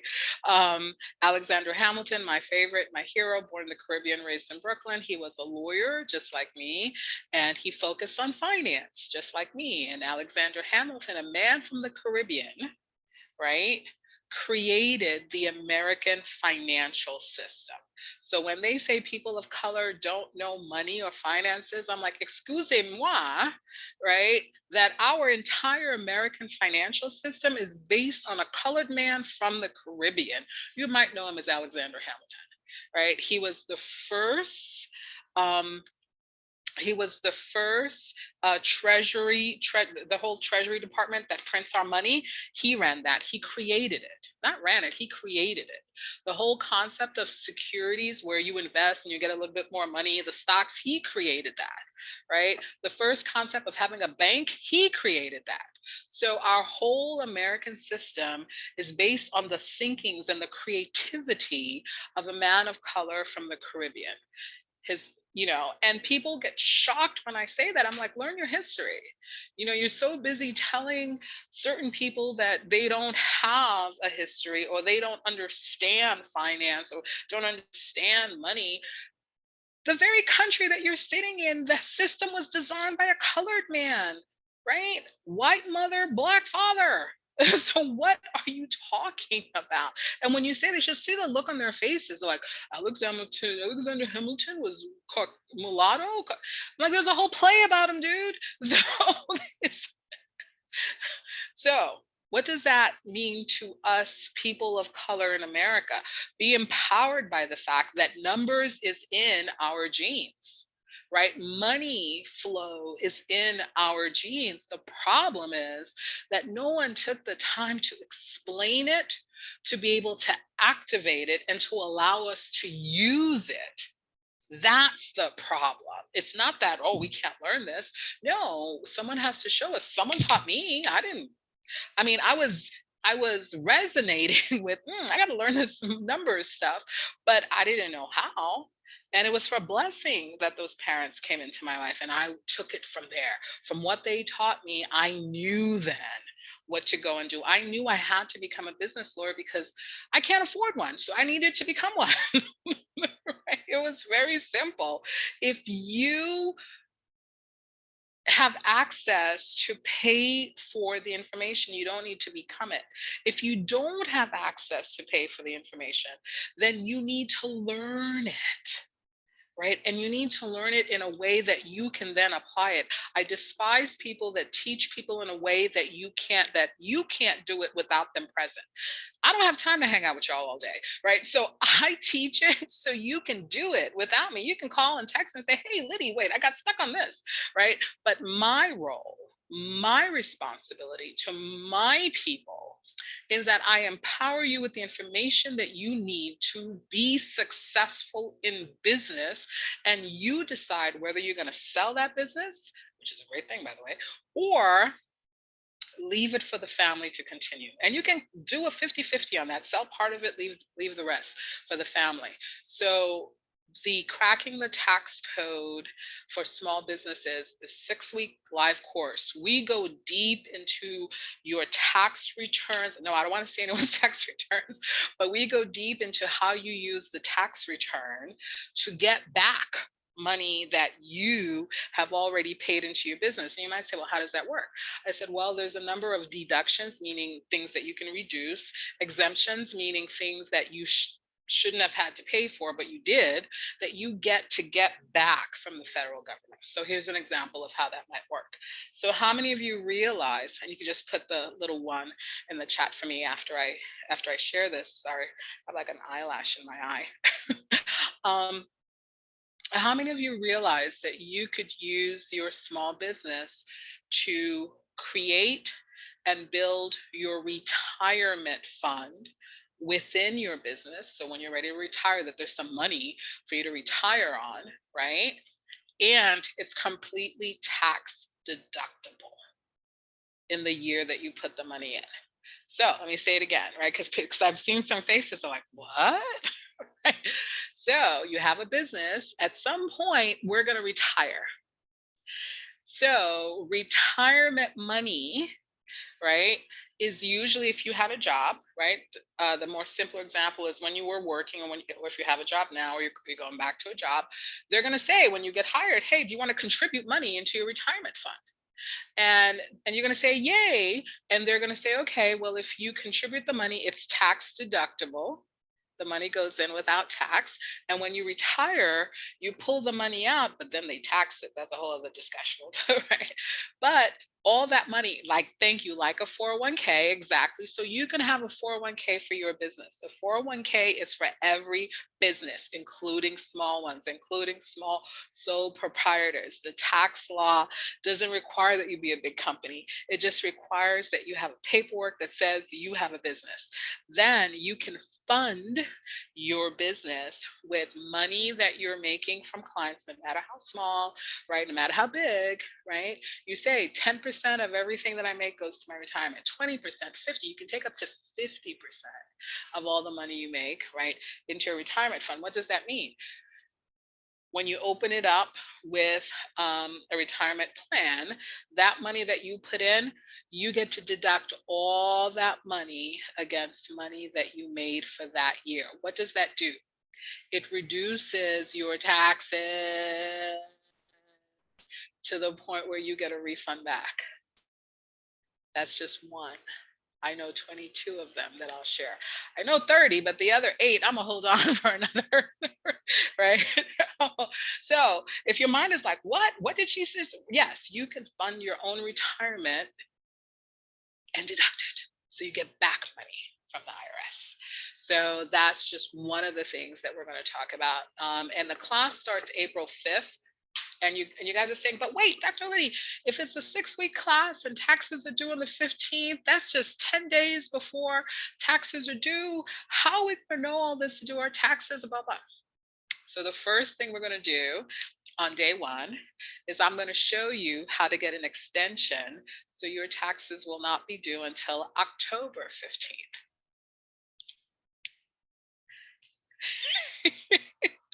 Right? And these are all things that you either know how to do them or you don't know how to do them, right? And these are the secrets of the rich, right? They're like, okay, we need the year to figure out what we did last year. So you don't have to wait till October 15th, but they'll give you that extension. You can file it anytime between the 15th and October 15th, right? There's a little form and I'll have everyone on the first day of class log on. I'll give you the link for it, probably easier, the link for it to ask for the extension.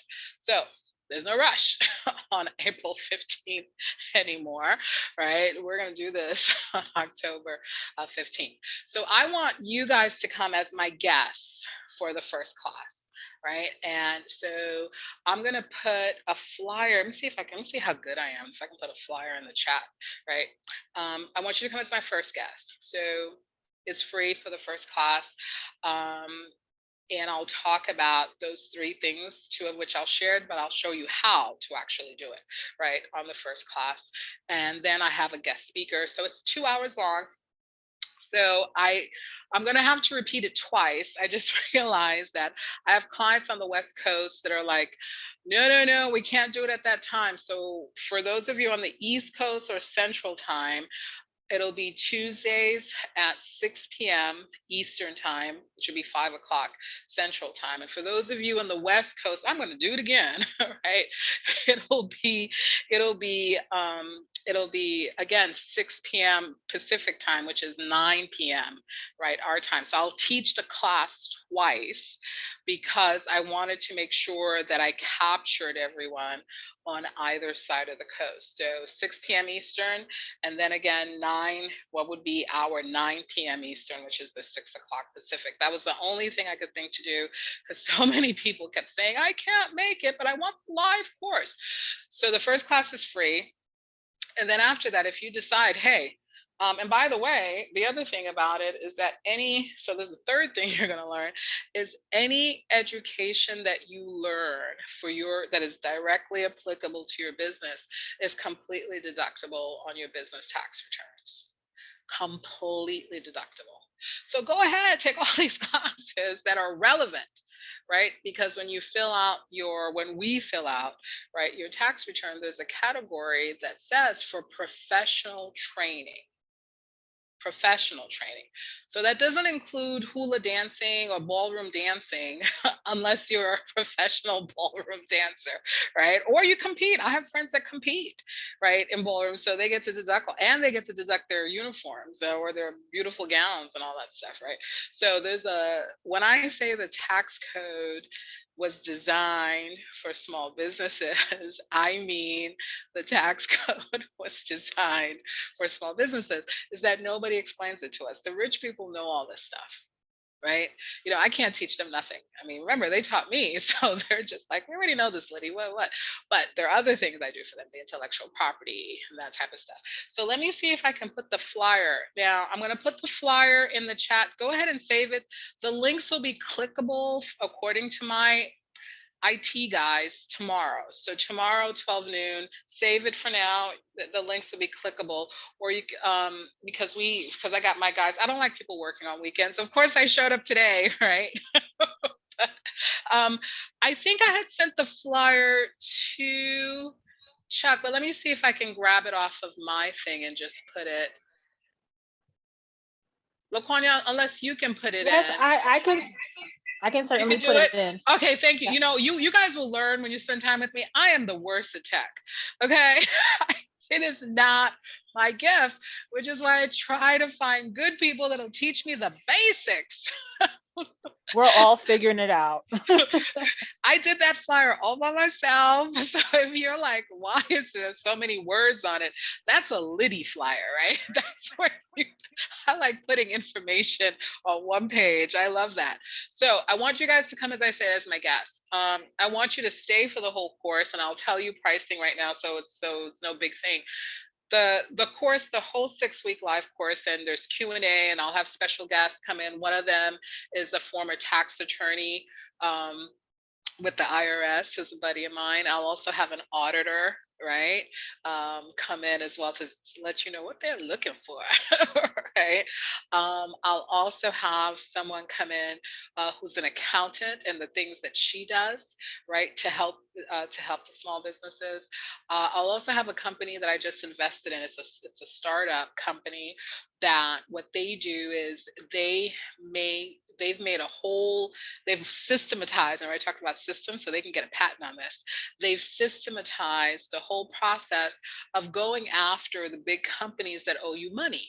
Like for me,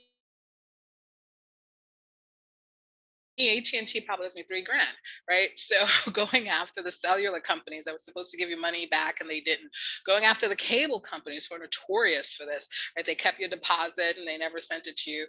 Going after oil companies. I have one client who just got a big check for $500 and something from a major oil company because they sold them bad gas. And I'm like, that's not even a thing.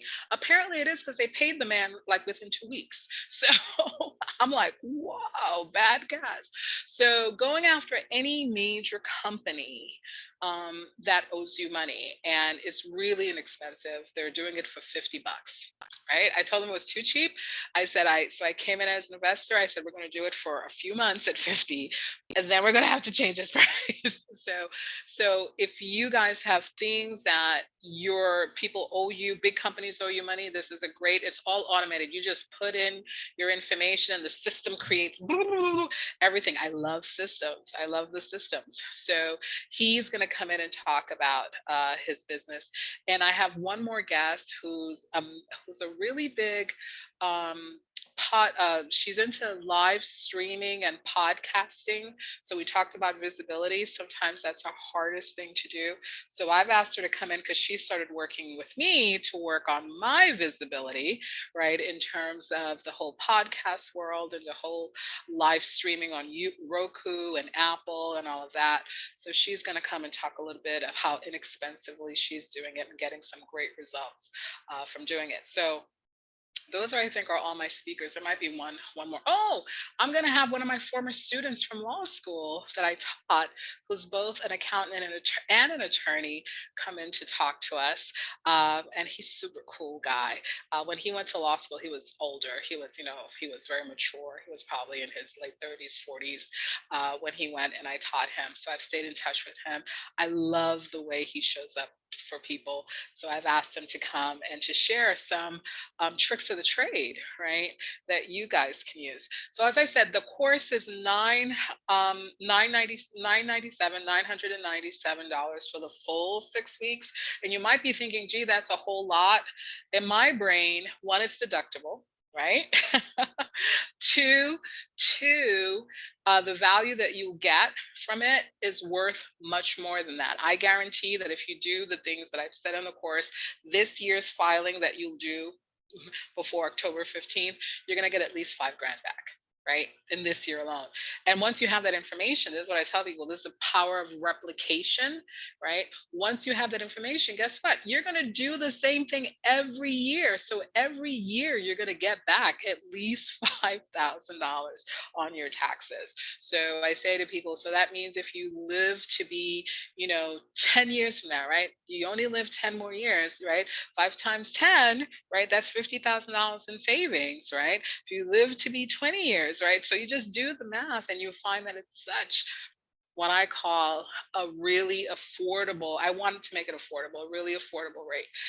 The other thing you'll find, and again, this will all be live for you guys on tomorrow at 12, by 12 noon, my tech guys are telling me. It'll all be live 12 noon, all the links and all this other stuff will be live. I want to make you guys an affiliate, right? We talked about that a little bit, that income stream that you create by just sharing with people. I want to bring that to you guys. So what that means is if you share with people to come to the first class for free, they wind up wanting, right, to purchase for the whole course, you're going to get 15% for that referral. So if we do the math, like, I always like to do, that's $150 for just sharing, right, with friends and families and those that you care about, so they can get that information. And the reason I do it this way, this course is easily, six courses times 2 hours. So 6 times 2, when you look at the amount of time we're going to spend together, right? So it's 2 hours for 6 weeks. So that's 12 hours with me, right?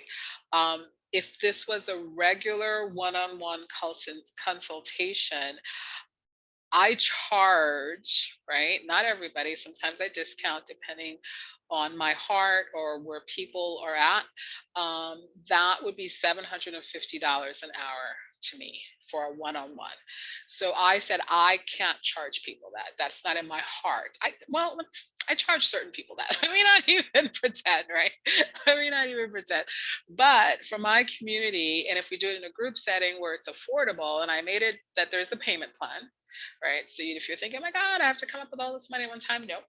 I've made it a 3 pay. And if you need more time than that, can you just shoot me an email? I'll put my email in the text right here. So come to the first class, it's free. There's nothing that's required for the first class. If you decide that you want to stay for the rest of the exemptions and deductions that you can take over your lifetime, and there'll be some cool stuff. So make sure I spelled my name right. I have the habit of misspelling my name. Well, the computer changes it to Lydia is what happens, as opposed to Lydie, which is the French version. Okay, that's correct. So after the first class, if you're like, oh my God, I want to stay, but I need a little more with regard to the payment plan, I have a 3 pay, which I think takes it down to like three something a month. If we need to talk, just send me an email and just say, Dr. Lydie, can you do 4? And I do 4 payments, right? Not a problem. I'll just put that in with a separate code. There'll be quite a few people on it, only because friends are referring it out. I tell folks, this is the first time I'm teaching this class in public. I usually teach it only to senior executives. I do a lot of corporate trainings on Wall Street. So I usually just teach it to folks that have a lot of money that need more deductions, exemptions, and carry forwards. We'll teach you what a carry forward is. I say to people, think of carry forward as your carry-on, right? Your carry-on luggage on the plane. And what if you had Louis Vuitton carry-on? Would you ever forget to take that carry-on off the plane? No, right? You'll be the first one grabbing your suitcases. I've seen people do it in first class. They're like grabbing their suitcase before the plane barely stops because they don't want to forget, forget, right? So think carry forwards in that way, like beautiful Louis Vuitton luggage that you never forget to bring with you. So we'll talk about carry forwards on the class as well. And the other thing with the class is once we're done for 6 weeks, my crypto guys, and they are primarily men, I'm just gonna say, ladies, we need some crypto ladies, right? My crypto guys said, hey, if you got the tax, core people in the tax class, tell them about crypto, that this is a nonprofit thing. And I'm like, okay, I'll give them the option once they're done with the tax class, if they want to go into a crypto NFT mastermind. I said, I'm dropping the price to the same $997, and we'll do a payment plan too. But if you have a nonprofit or want to start a nonprofit, this is a game changer, that you can actually create a revenue stream to fund those causes. And it's revolutionary in the way that it's done. And I realize so few in our community even understands how it works, let alone that you can create one yourself, right? For causes that are important to you. So I said, well, someone has got to do the training. So I'm going to do the training, and I've asked 2 of my crypto guys to come in. One of them is the person I was talking about who created the spice company, Steve. So he'll come in, and you're gonna love Steve, the way he trains. And the other person is Craig. Craig is from India, and he owns a mega watch company in Beverly Hills. So I'll put in the chat the name of his company so you can go and take a look, and you're going to say, what? He's going to be doing the training too? I said, yeah, these are the peeps that I roll with. So I think it's Craig. The name of the company is Craig Shelley.com. Can someone let me put the H, let me make it clickable for everybody. If someone can check that for me, please. HTTPS. So what's the name you're looking for? I'm putting it in the chat to see if it's CraigShelley.com. I put in the chat. Can you see if that works? Because I just want you guys to know who would be the other person doing the NFT training. Because I only try to work with really cool people that their heart is first. Did that work? The link works. Okay. So Craig Shelley, Beverly Hills, El Presidente watches. Yes. So that is the second person. So it'll be the 3 of us doing teaching you guys and by the way, these guys are not taking any money. The 2 gentlemen that are coming, this is their, I try very hard. Well, they're not taking any money now because I'm paying it forward in terms I'm doing some free legal stuff for them to come and do this, right? I do a lot of bartering with some folks because I wanted you guys to learn from men in our communities that are doing it really well, so you know how to do it for your community that you care very much about, that this whole crypto NFT world is real. And I feel that a lot of our community is completely asleep on it, that we're not involved, right, in it as much. And think about if you were in the early stages of when Microsoft was being started, right? And you knew how to create these things. So again, this is all knowledge based, right? Once you know, then you know whether you want to play in that space or not. My advice is come, look, learn, and then decide whether you want to enter into this type of new money streams, is what I'm calling it. These are the new money streams of our ages that our parents didn't have and that we can pass on to our loved ones. So I am complete in terms of what I wanted to share with everyone today. I'm happy to answer any questions that you guys have about the training primarily, or about what I've offered in terms of going forward. And again, none of those links are going to work until my tech people, I tell people don't work on the weekends. So they'll have it ready by tomorrow at 3 p.m. It's all live, the latest. They said 12, let's give them till 3, it'll all be live, the latest. I'm happy to answer any questions that anyone may have. And when I say any, I mean any, right? Because oftentimes we don't get a chance to ask questions. I know that was true for me, right? I often had a lot of questions and, there's no one around to answer them. Okay, before we get started, I'm gonna let you take a breather. Oh, Just bear with us. And first and foremost, you've been speaking for about an hour and 40 minutes.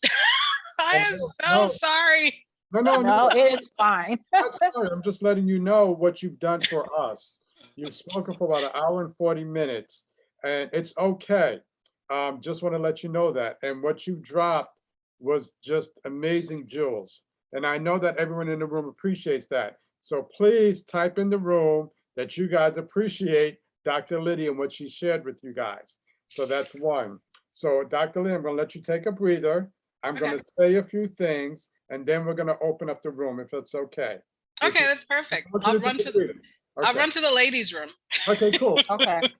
And excuse me, because what I did was I stopped my video, and then I tried to start it again, and it won't let me pull up the video. So I'm here, but I can't for some reason show my face. I don't know why. So I'm here. So just letting you guys know that.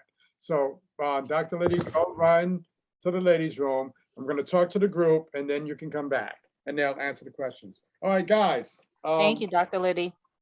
Just wanted to let you guys know that again, this is Sunday school, and I want to make it clear that when Dr. Lydie said me, she was referring to us. So I don't want you to think that it's me that is doing this. No, it's LaQuania, it's Naima, it's Sandra, it's Maurice, it's Sam, it's all of you guys. And if I forget a name or don't say a name, don't take it personal, but this is about us and this is what we do. This is who we are. So don't think that just because she said my name, my head is big. It's not like that at all. So I just wanted to share that with you guys. So she's dropped some jewels, some knowledge, and some information.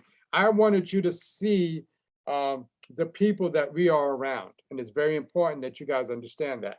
So you guys are going to have contact to her, direct contact to her.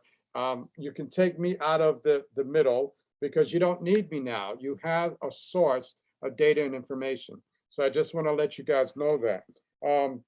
So now what I want to talk about real quick before she comes back on is Sunday school. This is who we are. This is what we do. If you're new to this group, I want you to take our email and LaQuania, put our email in the chat. So what is going to happen is I want you to send us an email so that we can make you part of the group. We also have a Telegram chat room. So if you want to be part of the Telegram group, we'll make you part of the group. We meet once a month, but that's going to, some dynamics are going to happen when it comes to that meeting is because we're going to have subsequent meetings with smaller groups throughout the month. So I'm going to share that with you, and we're going to make all of this public next month. Next month is our 1-year anniversary. We will have a meet and greet in New York. So if you're in New York, you want to be part of this, we will give you all the information and let you know.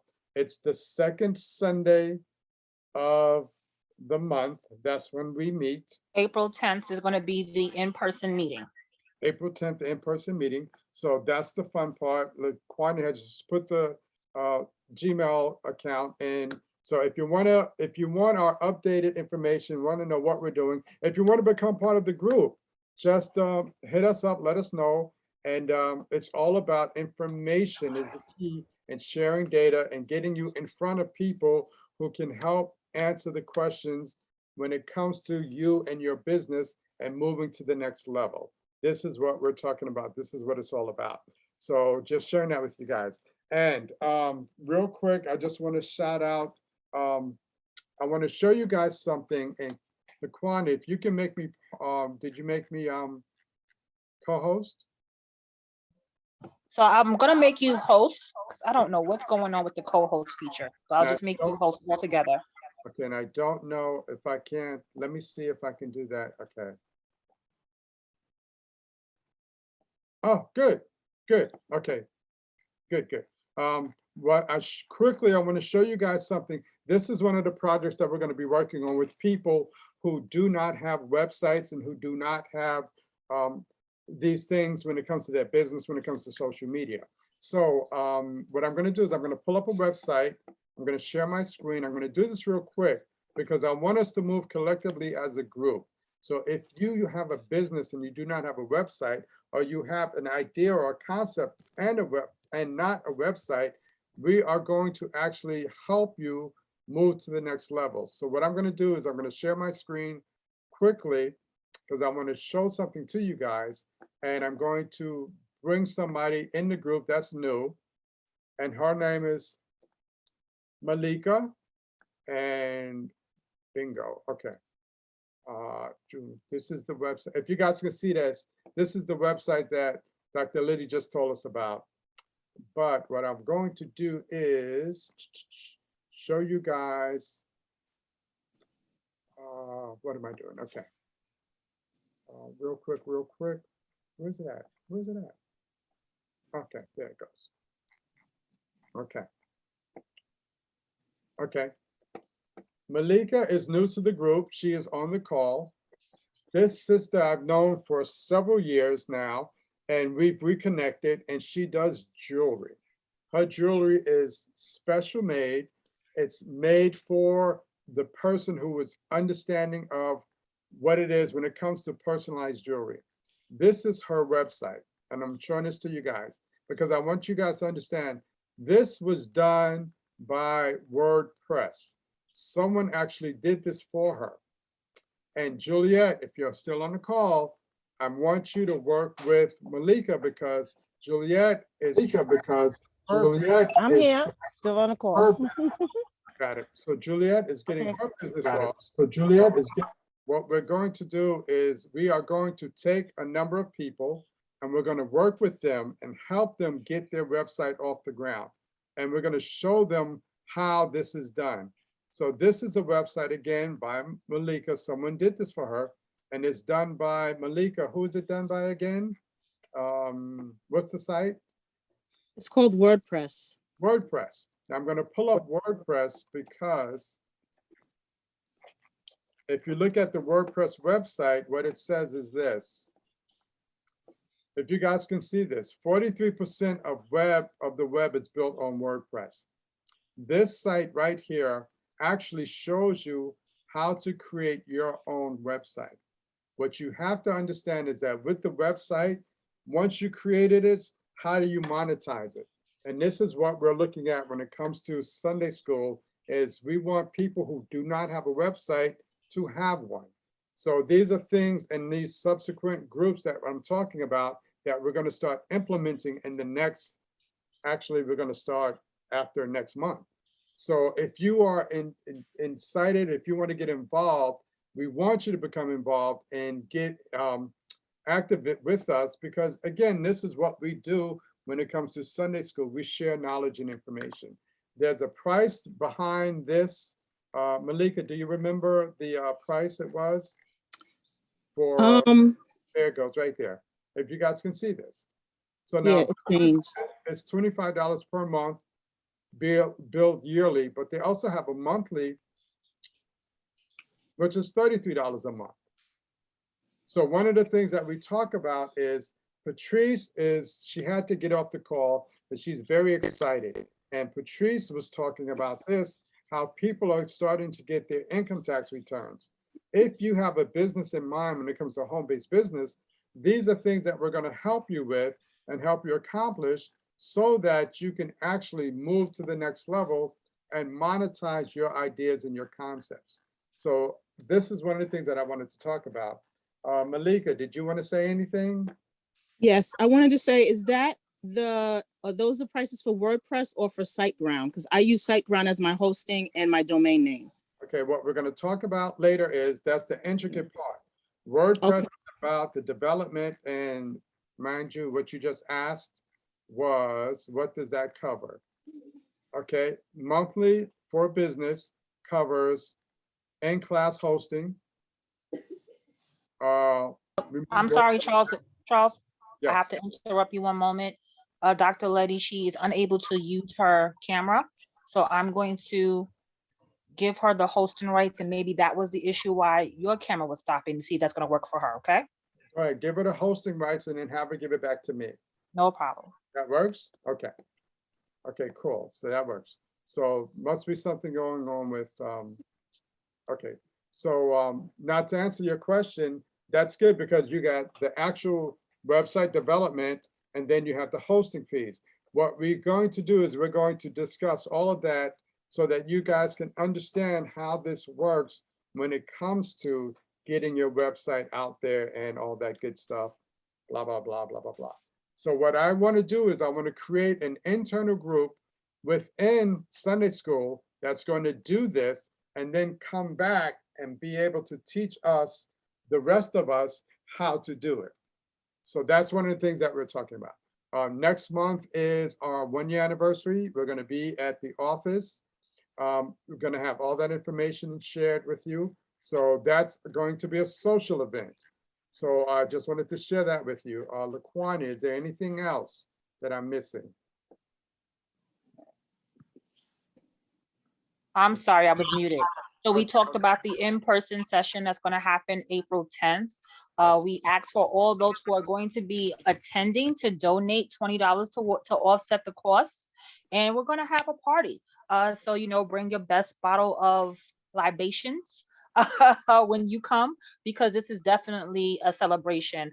As I mentioned earlier, you know, this was just an idea that I had, and I pulled Charles into it, him being a subject matter expert, and it has morphed beyond my wildest imaginations.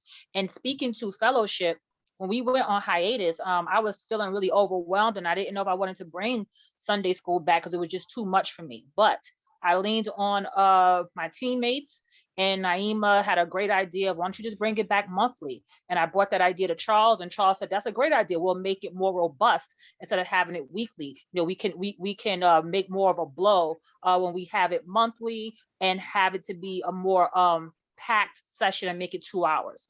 So again, it's about leaning on your partners, leaning on your group when you're feeling exhausted, when you don't have any ideas. And that was a brilliant idea. Why did I think of monthly, right? Just in my head. So yeah, that's all I wanted to talk about. This is exactly why we started Sunday school. And so next month, we're going to celebrate that in person. So bring your $20 and bring your best bottle of libations. And as Charles said, don't bring no little bottle. Because I drink a lot. Right, enough for everybody to share. So, but we're going to provide food and good vibes and really talk about all the things we're working on and finally come together from beyond our camera. So I'm excited about that next month. Dr. Lydie, if you're going to be in New York, you are invited. We want you to come. It's in Manhattan, and we'll let you know. We'll give you all the information. And you just come and hang out with us and just have a good time, and just vibe with us. Bring your energy. Bring everything you bring. That's what we want. I love it. Thank you for the invite. Do you know what day it's going to be? Do you have a date yet? Yes, So, April 10th. April 10th. April 10th. Yes. So I may be able to make it, but this is what I can do.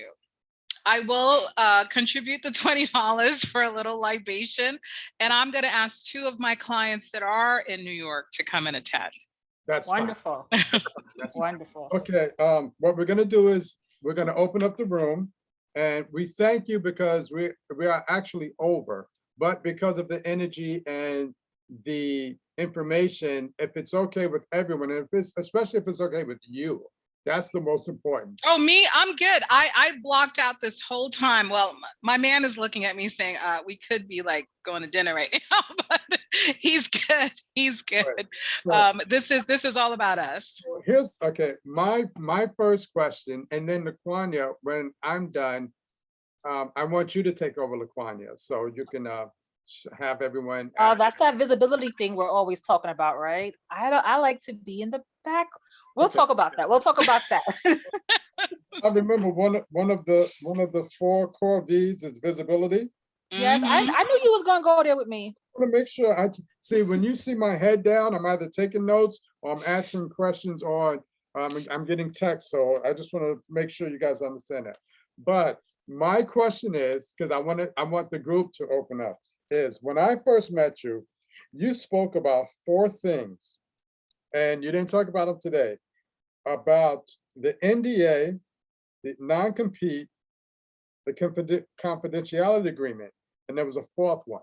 Can you touch on those 4 things that are very important? And I was upset at myself because I didn't write the 4th thing down. But can you talk about those? I love it. I love it. Yes, I can. Yes, I can. Take over. Thank you. So not only am I going to talk about them, I'm going to let you guys, everyone here, have that agreement for free as my gift to the community. So what it is we all know or should know at this point for business owners about the non-disclosure agreement. And what that means is when you tell someone something that they don't disclose, they don't tell somebody else about what you just shared with them. That's sort of your first line of defense about people not taking your stuff, right? That they sign a non-disclosure agreement. The other one is the non-compete agreement, which is I've shared my stuff with you. You shouldn't go out and try ahead of me, right, to do the thing that I told you that I was going to do. Now you're competing with me, right? So you have someone sign a non-compete agreement based on the things that you shared with them, right? The other one is non-circumvention, which really means I've shared my stuff with you. Don't go out and go around me, right, to go and use my stuff, right, so you can make some coins from it. So that's non-circumvention. Don't go around me. Don't call my people, my clients, to make it sound like it's your idea when it was really mine, right? The other one is non-solicitation, right? And we always know the word solicitation having to do with the ladies of the night, right? Oh, you solicited me, right? You know, so it's kind of sort of the same thing, right? In the business sense. This is when you're telling folks, listen, I shared my stuff with you. I don't want you to go out and try to get business, right? Based on what I've shared with you, because this is my intellectual property, my original stuff. I should be the one to go out and solicit business using my intellectual property creative ideas. Sharing it with you does not give you permission or the right to solicit business based on the things that I've shared with you. And there's a 5th thing called confidentiality, right? Everything that I say to you is private, confidential, don't share it, don't repeat it. So what I've done, I've taken all 5 of those and I've put them in one agreement, and I give that to my A+ clients, but I am going to give that to all of you guys because you're part of Chuck's group. And if you're with Chuck, that means you're with me. So I am going to gift that to you. So LaQuanya, yet another thing that I got to send you. I got to send you the link for that. Thank They you make a note so to myself. much. They make a note to myself to send it to And Chuck. that is so important because in us fellowship, and we just share ideas, blindly. And yes, we all trust each other, but you always want to cover yourself in business. So thank you for that, because that's what Charles always taught us: protect yourself. Oh, I love it. And what I say, protect and monetize, right? Don't forget that revenue stream. Don't forget that money. Get the money. Got it. All right. I'm good. You've answered my questions. I am happy. I've been able to learn from you twice. So I am so proud and happy. So I'm taking my old notes from my notes today, and I'm going to combine them. And I have one thing that I would like to put in your head, if you don't have it done yet, is there's a book called The 4 Agreements. Yes. There's the 5th agreement. I'm going to put in your head an ebook called The 5 Agreements of Business, if you haven't done it yet. So I'm just letting you know. So if it if it comes out on Amazon, we can say that we were the ones who put that in your brain to put out. And I love it. Thank you. I love that. You know, I'm gonna do that. Thank you. see how it I'm works? gonna give you full credit on that too. Listen, see how it works? So that's what it's all about. LaQuanya, you got Yep, it? Take over. I got it. We're gonna open up for questions now. So anyone who has a question, you could raise your hand. You have a question for Dr. Lydie? Anyone? Are you raise your hand? Okay, go ahead. Who was that? Is that Malika? I think that was Sandra. Okay, Sandra, unmute yourself and ask your question. Sandra? Was that me? Oh, I'm sorry. I'm so glad it got through. That's cool. Now I got to come up with a question because I wasn't ready. It's fine. Whatever's on your heart. Whatever's That's on your question. mind. Yep. Wow. Well, because you're a New Yorker, how familiar are you with the SBA MWBE programs that are available? Well, I like the way we look now. So I actually created a course on how to get women and minorities certified to do business with the federal government. Excellent. So I do federal law. So you're right. Most lawyers, 99% of lawyers are state specific, right? So they have a law degree specifically for their state. So there's one step higher than that is federal law, which is the law that covers all 50 states is one law. So I'm a federal attorney. So a lot of the stuff that I do covers all the states. So that includes copyright, trademark, patents. Those are all federal issues. Certifications to work, to solicit, to solicit business from the federal government is a federal law as well. Taxes are federal law. So a lot of the stuff that I do, because my clients are all over, even outside the US, I have to practice federal law. And as I shared, I train at the United Nations that requires federal law. So it doesn't matter, for me at least, because I'm a federal lawyer, what state people are, as long as it's about business, I got you, right? Anything related to business, I got you. I can't do things that are like specifically state, like family law. So I can't do the divorce, I can't do the prenup, even though technically it's a contract, but I'm not registered in that state. So if it's, usually business is all federal law, is what people don't realize. And the reason for that is you just don't do business in your state, right? And you're like, oh, that's why business is federal law. Okay, thank you. Next we're gonna have, I'm sorry, who was that? Who was up next? Juliet, you can unmute yourself. Hi. So I'm the one with the candle business and trying my best with that. Now, I'm not sure if I should distribute on Etsy, Shopify, or distribute on my own. I don't really know how to go about that. I don't know which one to choose. Okay. I'm going to talk about the law side, and then I'm going to bring Chuck in to talk about which of these platforms that he may think is better for you. So before you put anything on any of these online platforms, you've got to do a couple of the things that I talked about today, because once you put it out there, it's gone.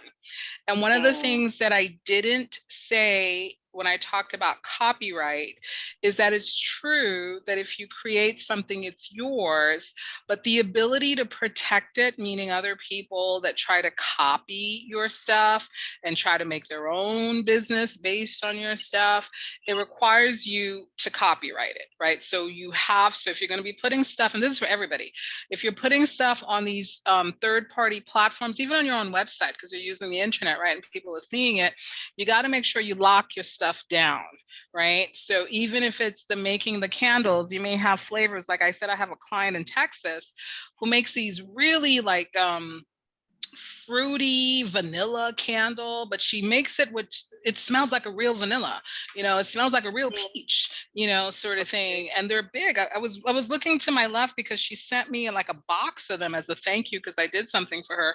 And I don't find the box. Somebody grab my box, my candle box. But what I want you to do first is copyright those things. You're like, well, how do I copyright a candle? One, you take a picture of what the candle looks like, because she has a very unique way in terms of the jar, right? And she calls it Secrets by Sisters. I want to say it's Secrets by Sisters, right? Is the candle company. Real sweet woman.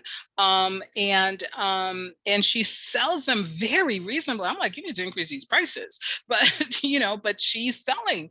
And she didn't realize, and this is what the work I'm doing for her, is that she takes the picture of the candle and then she describes what it smells like, right?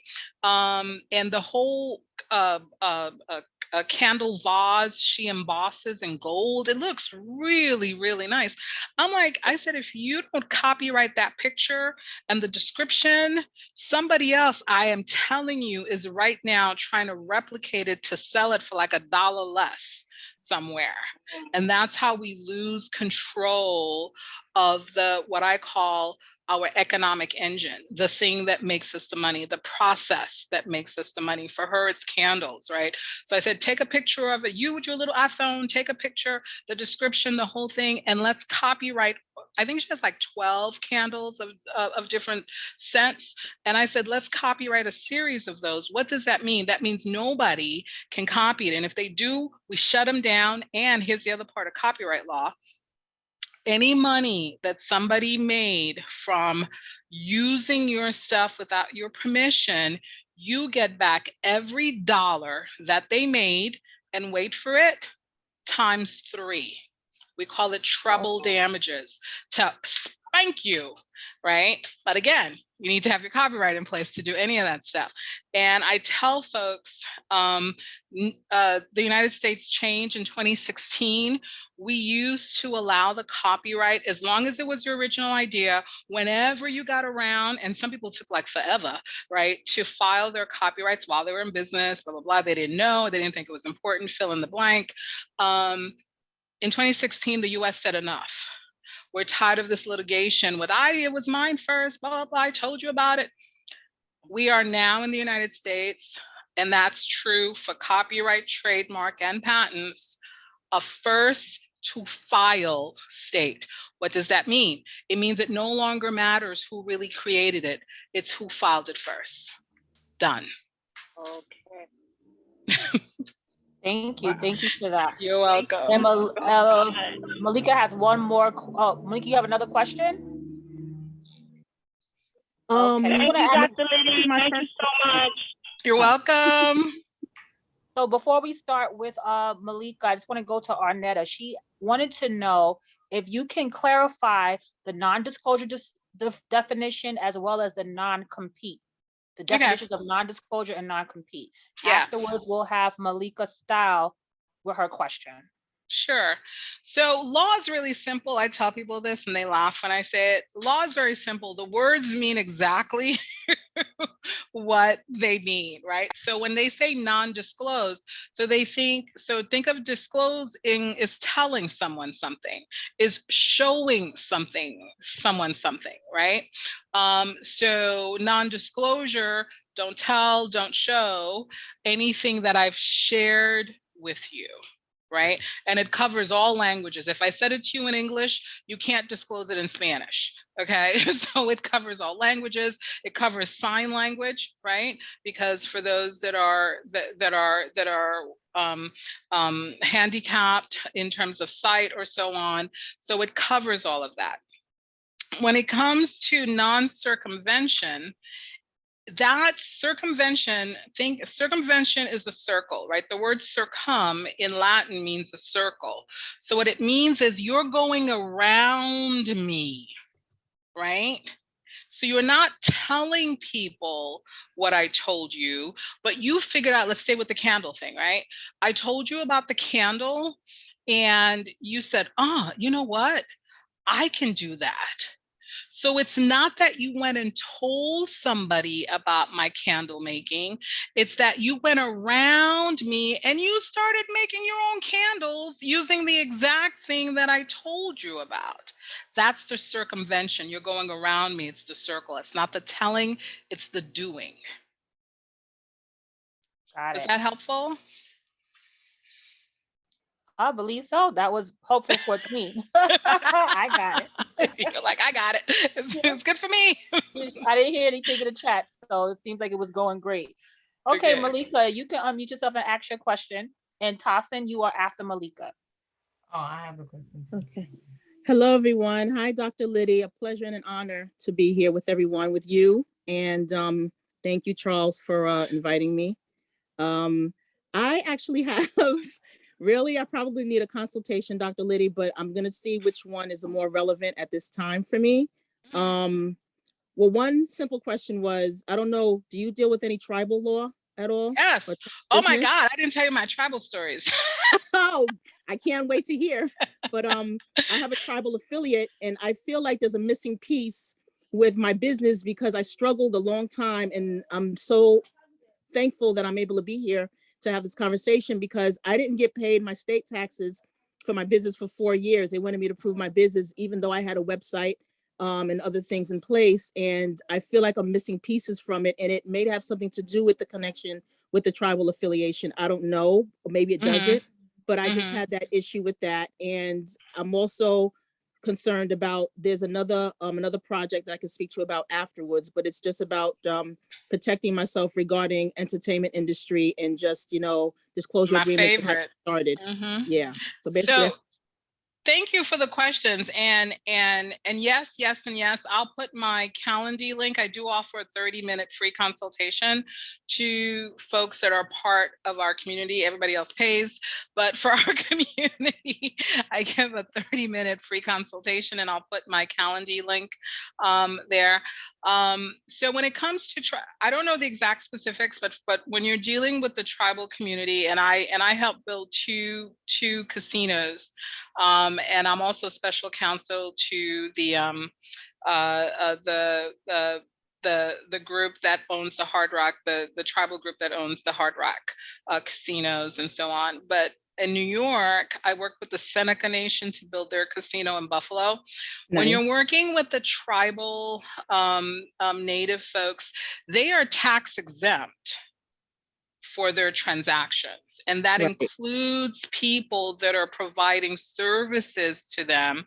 That's your contract falls under a really special category, and you're tax exempt for the services that you're providing them. Okay. And we can spend more time talking about that one-on-one, but that could be what is triggering it. And I don't know the exact services, but just about all of the services are tax exempt because they're a federal entity that have tax exempt status already.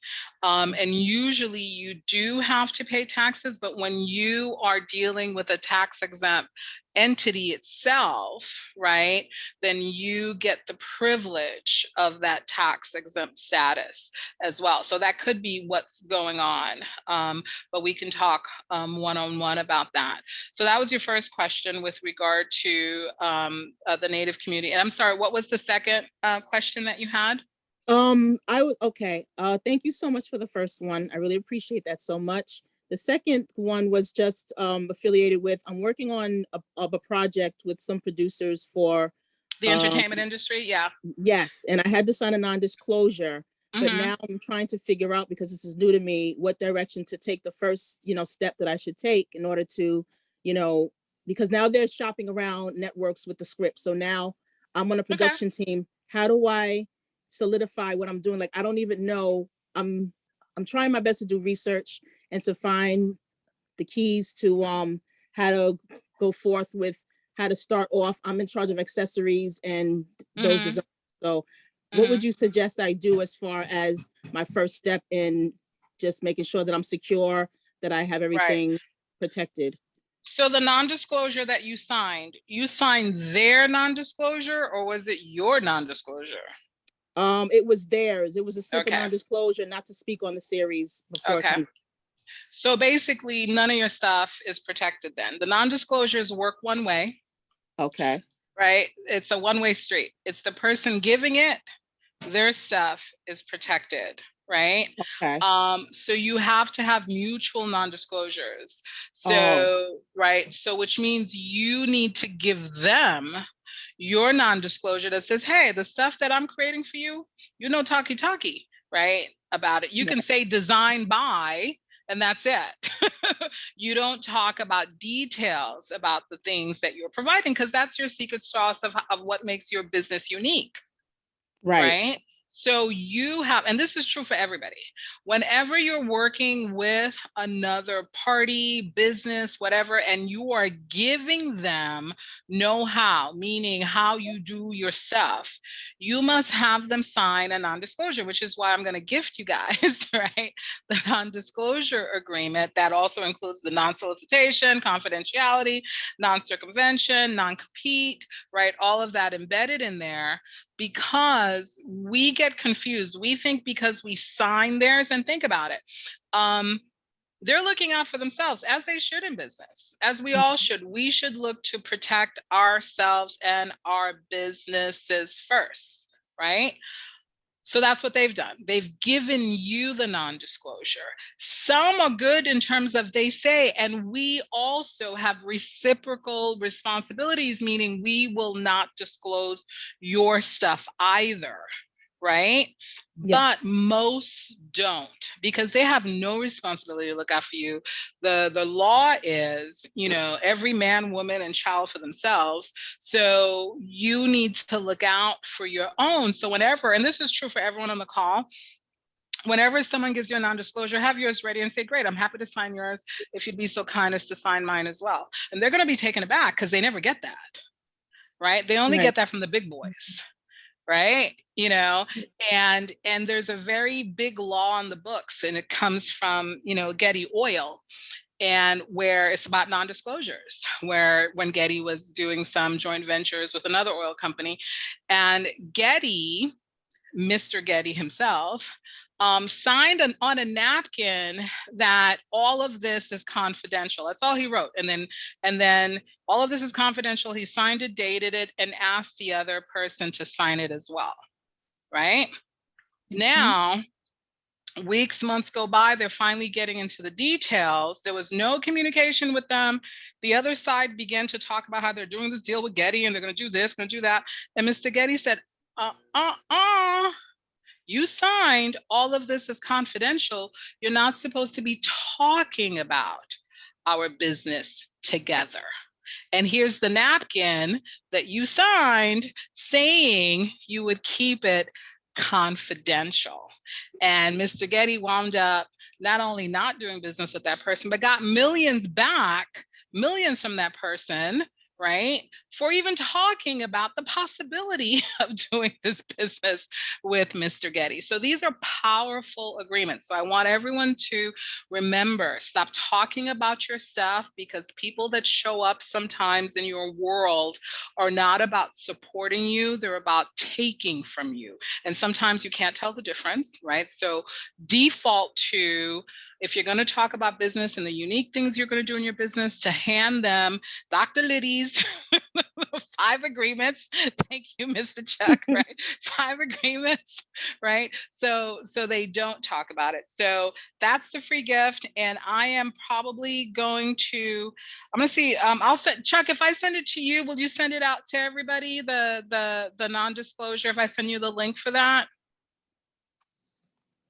Oh, Chuck, you're muted, but I'm assuming you said yes. He said yes, absolutely. Listen, you said affiliate a whole bunch of times today, so yeah, I might do it.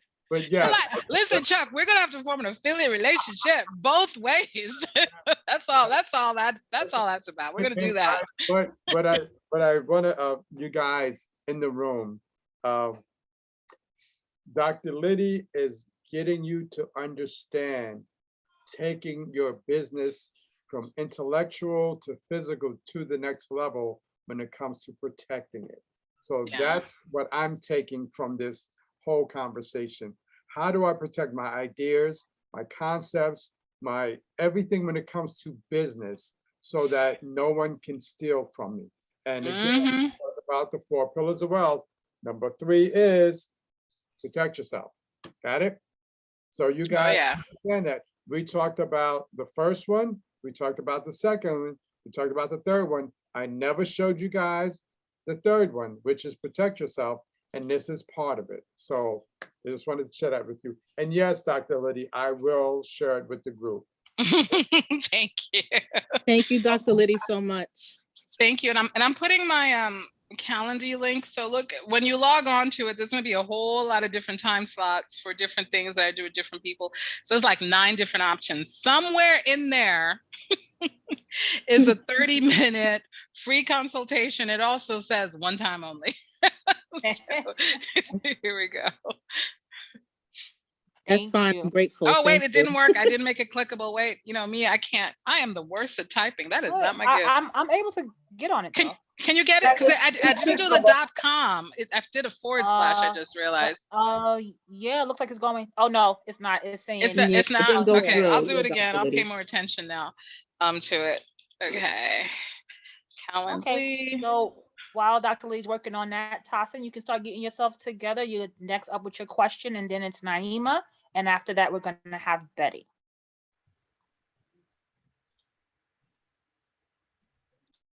Okay, Tassin. Oh, okay. Hi, good. I was trying to click on the video, but I guess we can show our videos. I don't know what's going on with the video capabilities here, That's but okay. let's roll with it. Yeah, I'll just go with it. Good afternoon, good evening, everyone. First of all, I want to say thank you to Chuck and the community for putting this together. This has been an amazing, amazing time, amazing session. Thank you, Dr. Lydie, for all the gems that you have shared. So many things, so many. I feel like I have a whole book just reading from the notes I've taken. So many things covering so many different areas. So thank you so very much. God bless you. My name is Tosin. Thank I'm you. a career mentor / coach at A.D. Youth. That's how I found out about this program. A.D. Youth is a non-profit organization that just enables youth to build their self-esteem, self-improvement, self-awareness, mental health, and financial independence. Some of the things that we do, we offer workshops and we give scholarships. For example, we actually have a program coming up, a scholarship fundraiser coming up actually next week. So I'm sure Betty will pass the information on. Betty is my boss. She's also on. But anyway, straight to my question. I have a couple of questions. I have 3, but I'll make them really quick. 2 of them relate specifically to the youth, since I'm from part of a youth organization. The first question is from your conversations and work with all this different clients, what are some things that you've heard from them that they wish they knew about businesses when they were younger? What are some tips, some information, some details that you feel the youth of today can begin to step into and practice, now while they're still young? And then Yeah. the second question is, are there any laws that help that benefit young people, like young adults, teenagers? Are there any laws that's specific to that group of people that they should be made aware of that they don't know? Right. Yeah, and then the third one is just, you mentioned at the very beginning of your talk about how money is about value.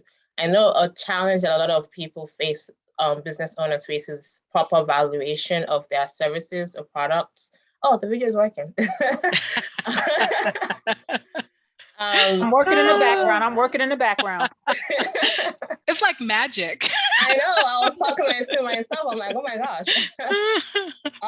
So just proper valuation. How was, like you mentioned earlier about the lady that's doing the awesome candle business. So and you say maybe she should charge more. So how would you advise people to properly value their products, their services? Because I think that's a challenge that many face. Sometimes they undervalue or overvalue. So those are my questions. Thank you so very much. Oh, you're quite welcome. So I'm going to take them in reverse order. I'm going to start with the value or valuation and pricing first, right?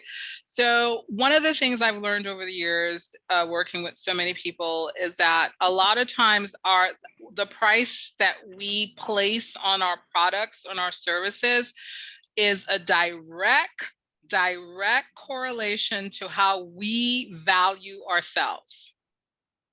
I'm going to say it again, that the price that we place on the products and the services that we're providing others is a direct correlation to how we value ourselves. And there's a lot of psychology behind that. I did a talk a couple of months ago on the Los Angeles Tribune Network called The Psychology of Winning.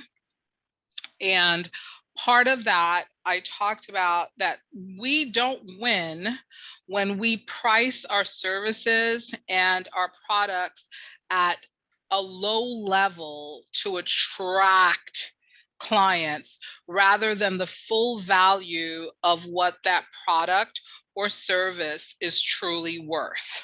And part of that has to do back to what I talked about, that we often don't value ourselves enough because we've been told that we have no value or limited value, or you're no good, or the only thing you're good for.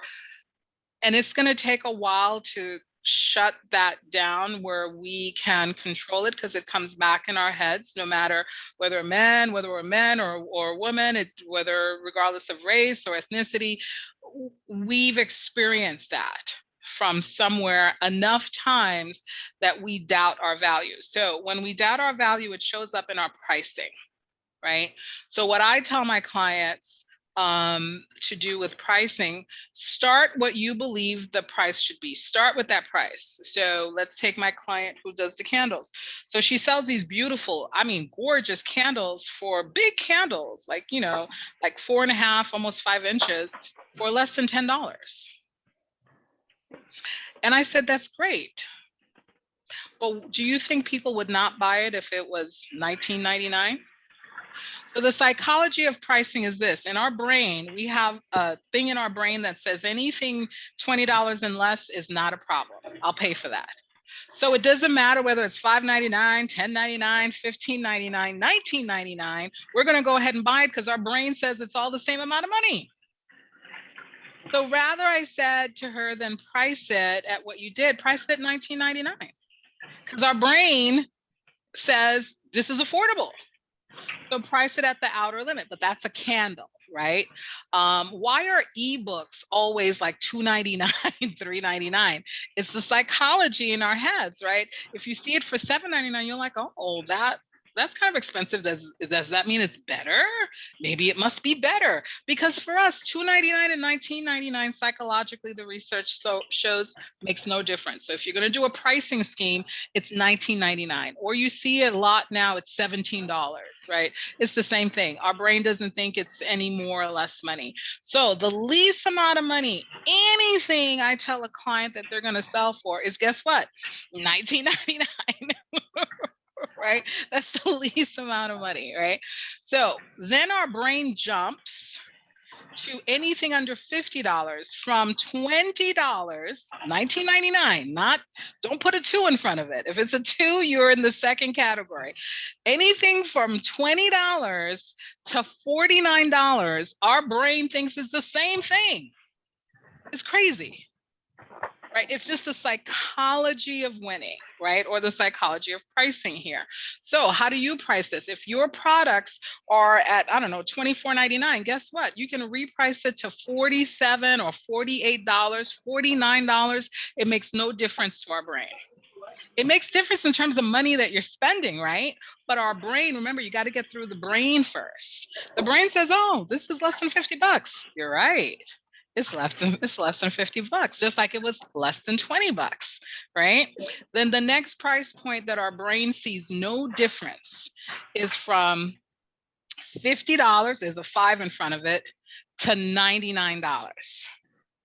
So you can price anything from $55 to $99. Our brain thinks it's the same. So what are you going to price it at? $99. Because it makes no difference to our brains, right? And it goes on, there are different metrics. So $199 would be the next price point, right? Anything below $199. Then it jumps, it gets really weird. It jumps from $199 to $499. So anything between $1.99 and $4.99, our brain is like, it's the same thing. So charge the $4.99, right? But unless someone tells you that, then the next big jump point, remember what I said the pricing of my tax class was $997. That's the next jump. That $997, when the brain hears that, the brain says, okay, so if I priced it at $6.99, it would make no difference as I priced it to $9.99. The next break point in our brain where the brain goes, gotta pay attention to this, is $9.99. What did I price it at? $9.97. Just below where your brain goes, right? Now, there's a whole thing about affordability. Can I afford this? Blah, blah, which is why I said I have the payment plan and all that, right? Let's not let a payment plan prevent us from getting knowledge that we need for our business. So for you, whatever the product or the service is, now you have the psychological pricing breakpoints, right? Up to $1,000. And above that, our brain from $997, if you go above that, to $14.99, our brain says there's no difference. Then the next jump point is to $199, right? Just below 2,000, our brain says no difference between $14.99 and 1,000, and $199. And then it gets weird. Then our brain gets smart because we're trained to be protective, right? Our parents raised us to be protective. Everything we do is about protecting ourselves. Then our brain begins to say, if you're going to jump from a $199 price point to 5,000, let's say, and you see a lot of $4.99 things going around. Again, the brain at 5,000 says, what? Right? It's a hard break, right? That you really have to prove this is worth it now for me to buy this product. So are you selling anything above $4,999? Are you selling anything above that? No. So what's your price point right now? Well, not at the moment, maybe in the future. Okay, yes, that's exactly right. So the price points then, if to go beyond that, $499 or $497, then it jumps all the way to $9,999. Your brain sees no difference between $5,000 and $9,999. Now that's your brain. That's not your pocketbook, right? That's where payment plans, right, come in for a lot of us, right? It becomes the payment plan. And then the next jump from that is 15,000. And of course, the next jump, it's usually in fives, right? 15,000, 20,000, 25,000, and so on. So as you begin to, be successful, those prices come in. So that's the pricing range, right? So I tell you this, so I don't want anyone to have a problem valuing and pricing their products. You now know the psychological breakpoints in your brain as to the numbers, the pricing game, if you will, to do. Now let's move in, so we're going reverse order, laws that benefit teens. So different states have different rules, but predominantly the age, we think age 18 makes you an adult. But in a lot of states, the age of 14, the law holds you accountable for things. 14, right? So driving without a license, if you're under 14, you get a pass. If you're above 14, that's a problem, right? The drinking age used to be 18, then they moved it to 21. So that means, and that's not in every state. Certain states have a lower, it's by state, the whole drinking thing. So like Florida, I think is 16 or 17, something like that, you could drink. So for the teenagers, there are a lot of laws that apply to them. They just don't know it. And there are a lot of laws that when they break has real consequences to them. This is when I know I couldn't go into criminal law. I'll take 2 seconds to tell the story.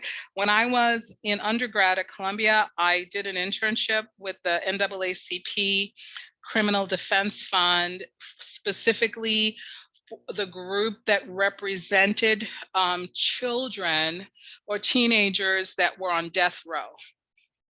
Then and let me tell you how it broke my heart, and that's why I know I couldn't do criminal law, right?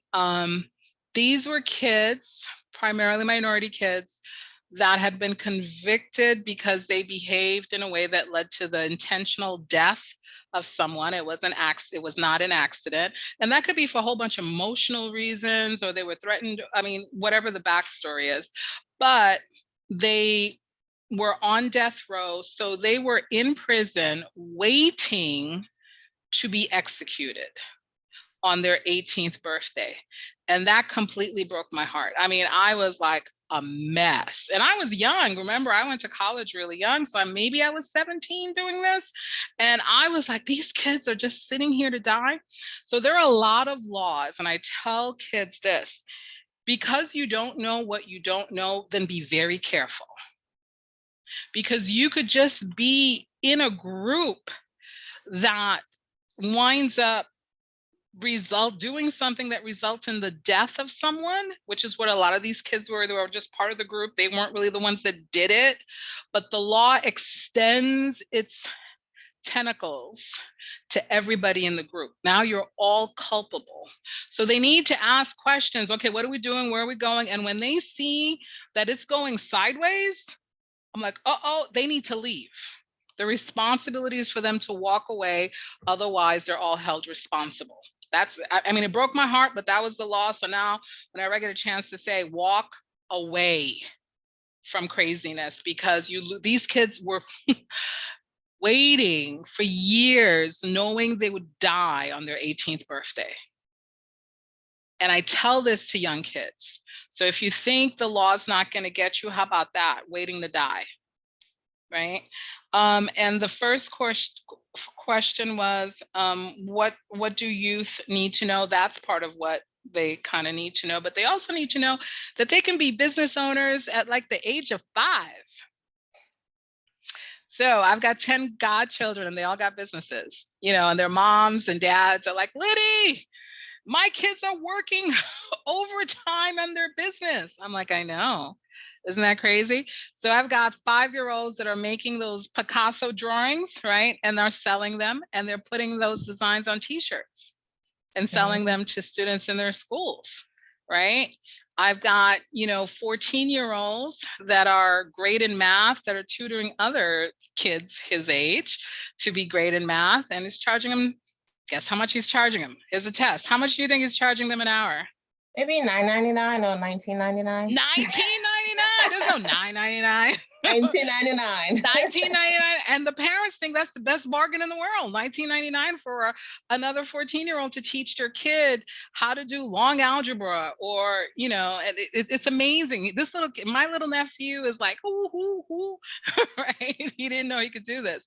So the other thing that the youth should know is that in owning their business at such a young age, and that's anything that they do really well, right? I always get this question from kids or parents or whatever, what should my business be about?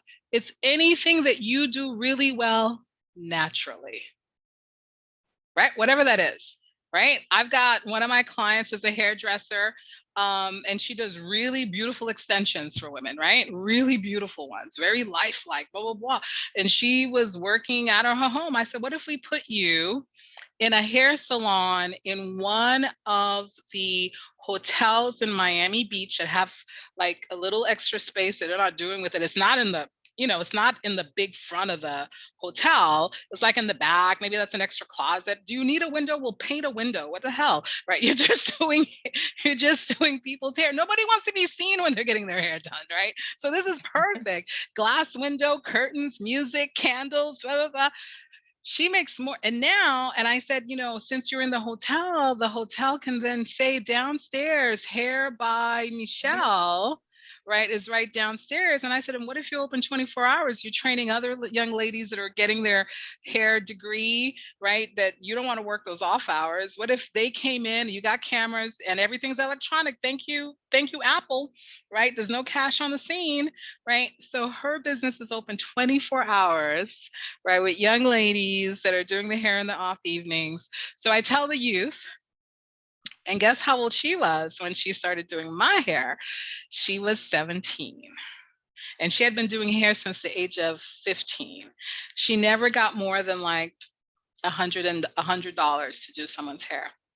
Now she gets over $1,000 to do people's hair in Miami Beach Hotel, right? And this is women from all over, right? Because the Miami Beach Hotel will attract a client, the well-to-do, that are used to dropping thousands. These are girlfriends and wives of ball players. These are actresses. Oh, I need to go fix my hair right away, blah, blah, right? Oh, great, we have a hairstylist on the first floor, right? So I share these ideas because we're only limited by imagination. So there's a lot the youth can do in terms of what they need to know about business. So I hope that was helpful to you. Yes, it was. Absolutely. Thank you very much. Wow. Thank you. Thank you for that. Okay, we have Naima. You can ask your question. Hi, everybody. Thank you for having this. This is a wealth of knowledge. My question is, I guess I'm at the beginning stages of, I guess, going live with my business venture. I want to know at what point should you, I guess, start the copyright process? Because I know time is of the essence. At what point should you start? And also, it's a bunch of questions. As a protective measure, is it a good idea to, like, anytime you make changes to your business venture that is copyrightable, is it good to mail it to yourself? I'm laughing because I've heard this so many times. Okay, so you got to help me with this one. Okay. How did you know about the mailing it to yourself thing? I got like I spoke to somebody through, they have like a mentor, like Score, Westchester, and I spoke to somebody and they recommended that. Okay, so I want you to send that person an email and said, Dr. Lydie said, what you talking about? So let me first explain the history as to why people say that. So when you mail something to yourself, you're actually using the federal government, the US Postal Service, right? And the theory is, since you're putting your, on a piece of paper, whatever it is that you're copywriting, a song, a poem, a way of design, whatever, a painting, a picture, that you're already going through the federal government, through the Postal Service, that then delivers it to you, and there's a date on it, right? There's a date that they clock it in when you give it to them. So that date then stamps the envelope, and then you get sent that. And as long as you don't open the envelope, right, it's sealed, that should be a good proof that this is the date that you created this. So therefore, you're good to go. The problem with that is, one, that's not a copyright. That the only way to get a copyright is through the United States copyright.gov, US copyright.gov. It's not through the US Postal Service, right? They're not in the business of copywriting things. So the answer is no, that does not create a copyright. It creates a date that allegedly, assuming what's in the envelope is actually the thing that you want to copyright. And let me say it again so it's clear, right? We don't know what's inside the envelope. You could put the recipe for the spaghetti sauce that you got off the web in the envelope. We have no way of knowing that's what it is because you can't open it, right? So because there's this element of there's no proof of the actual thing, right? There's no picture, there's nothing that you uploaded, we can't see it, then nobody is going to be willing to say, yeah, that's a copyright, right? So the only way to get a copyright is to go to the US copyright.gov, not .com. .com is for companies, right? .gov is the government. Only the government can give you that, and only the right branch of the government can give you that, and that's the Copyright Office, not the US Postal Service, right? So that's one. The second thing is there is something called state copyright. So the state that you live in, right, will have a copyright law on the books. The only problem with that is that that copyright is only good for the state that you live in. So the moment you upload your original stuff on the internet, are you still in your state when you have stuff on the internet? It's a trick question. Yes. No, you're not. Oh, You're in your state, but the internet is global. oh, it's global. All, Yeah. right? It's all 50 states. It's the whole world. So your copyright is no longer in your state. So a state copyright is only like if you're selling things in one store that only exists in your state, then you're good with a state copyright. The farmer's market to bring your stuff, you're good for a state copyright. The moment you put anything digital, you're in federal land. And you need a copyright from the US copyright.gov to be able to do that, right? To protect your stuff. So tell the gentleman at SCORE that you spoke to me and Dr. Lydie said, right? That is not protecting your stuff at all. It's something, which is better than nothing, but that's not how you copyright your stuff. So you could do the state one, but that's only within your state that it works. So for us that are all digital now, that's no protection. It's really the Copyright Office that you have to go to. So start the process immediately, or anytime you make a change, do you have to can you send an amended copyright, or you have to start the process over again? So I tell people you only copyright things that are complete. So when you say an amendment, what's the thing that you're copywriting? I guess if you wanted to, simplify something, or you know, I have no idea what you're know. talking about, right? Yeah. Okay. Give me an example. Give me an example. Give me an example.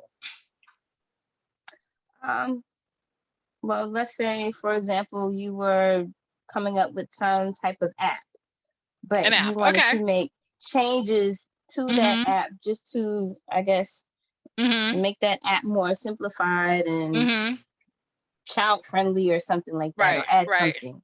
Right. Okay. So apps are all copywritten, right? And when you copyright the app, you're copywriting the structure, the name of the app, how it functions, what category, what type of app it is. Is it for food? Is it for fashion? Is it for health, for law, right? All of those things, because the law is very detailed, right? If you do any changes to it, you still have ownership without any amendments. There's no amendments. You file it. If you have a new app, you might, file another app. But when there are, especially for software is continuously copywritten. And I would say, depending on how the app is developed, unless you're borrowing somebody else's app platform, if this is a brand new app that's being created for you, that's probably worthy of a patent. A process, a system, right? Remember the definition, right? So, but then there's a lot of templated apps that you can buy also. So that's not worthy of a copyright, because that's somebody else's system that you're just kind of adding your stuff to, which are probably most apps now. So you would copyright the content that's on the app.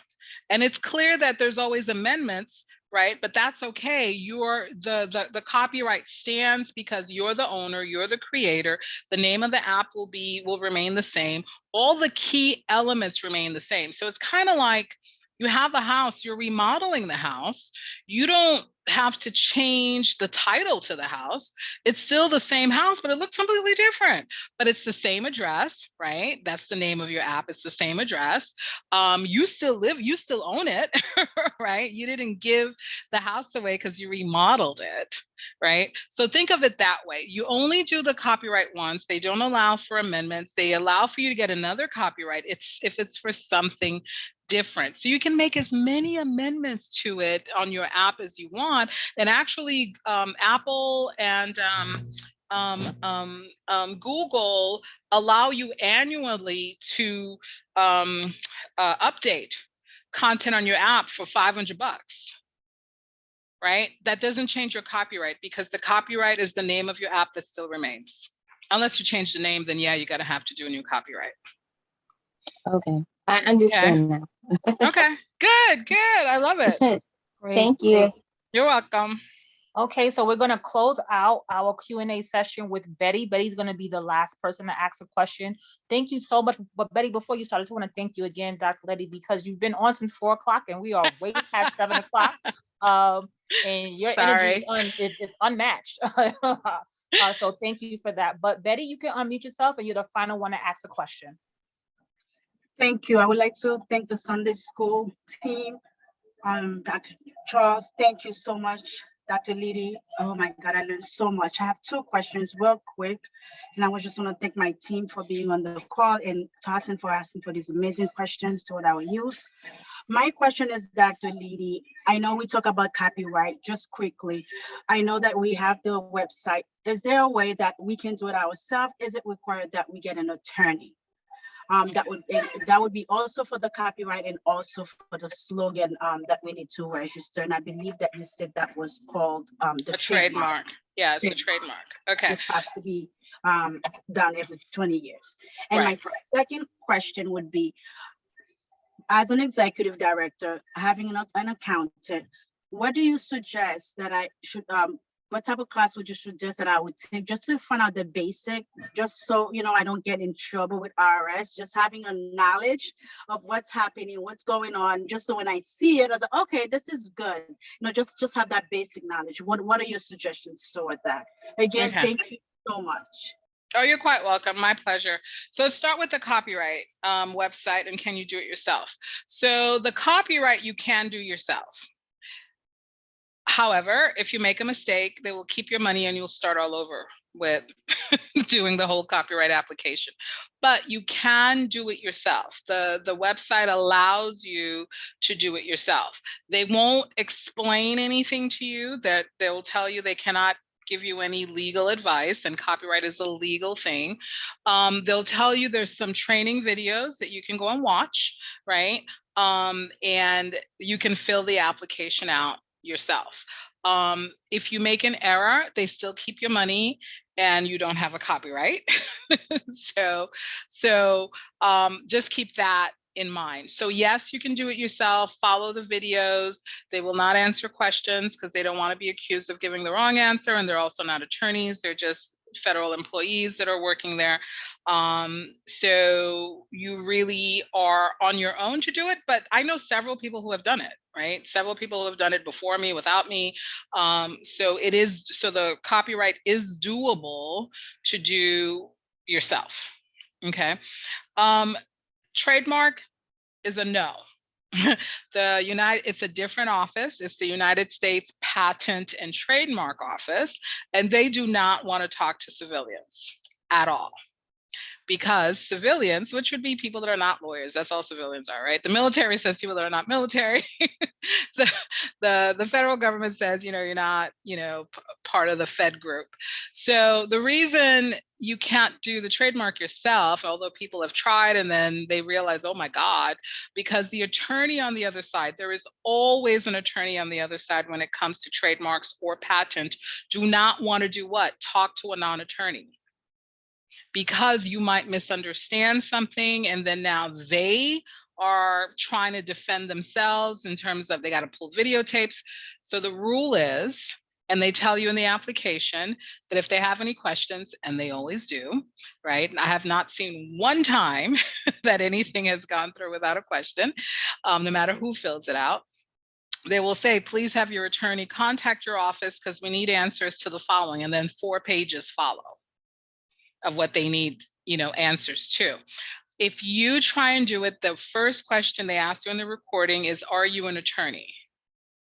And if you lie, right, and they found out afterwards, not only do they shut down everything, so you don't have the trademark, blah, blah, they fine you remember those treble damages 3 times, right?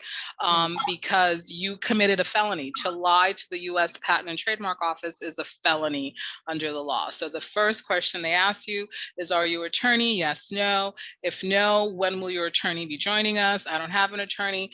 Please go get an attorney and then contact us within the required time period, right, to have our questions answered. There's also another thing with the trademarks, there's a clock running. They take forever, by the way. They take like a year and a half to get this done, right? But when they finally get to you, right, they want you to be ready to go.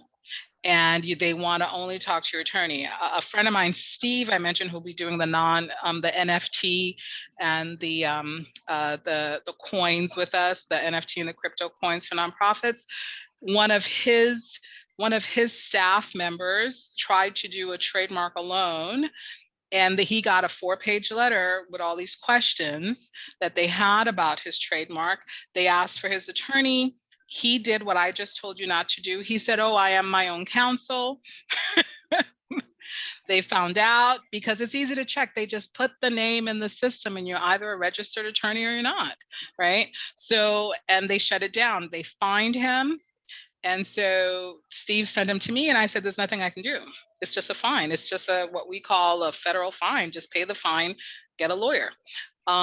So I tell everyone, do not ever not be truthful in any situation, but especially with the federal government, right? Because they're the ones that are giving you the pass for you to get your trademark, your patents, and so on. They're the last people that you want to annoy because you were trying to save a few dollars. So with the trademark office, no, you need a lawyer. With the copyright office, as long as you follow the steps, you can usually do it. And if you don't, you just pay the fine again and you start again and do it. And by that point, you probably just should hire a lawyer if you're going to do it a second time, just to make sure it's right. So there are some really good videos in the copyright office about how to do it, by the way, right? But some people just feel more comfortable that way. So with regard to the IRS, guess what? I'm doing a class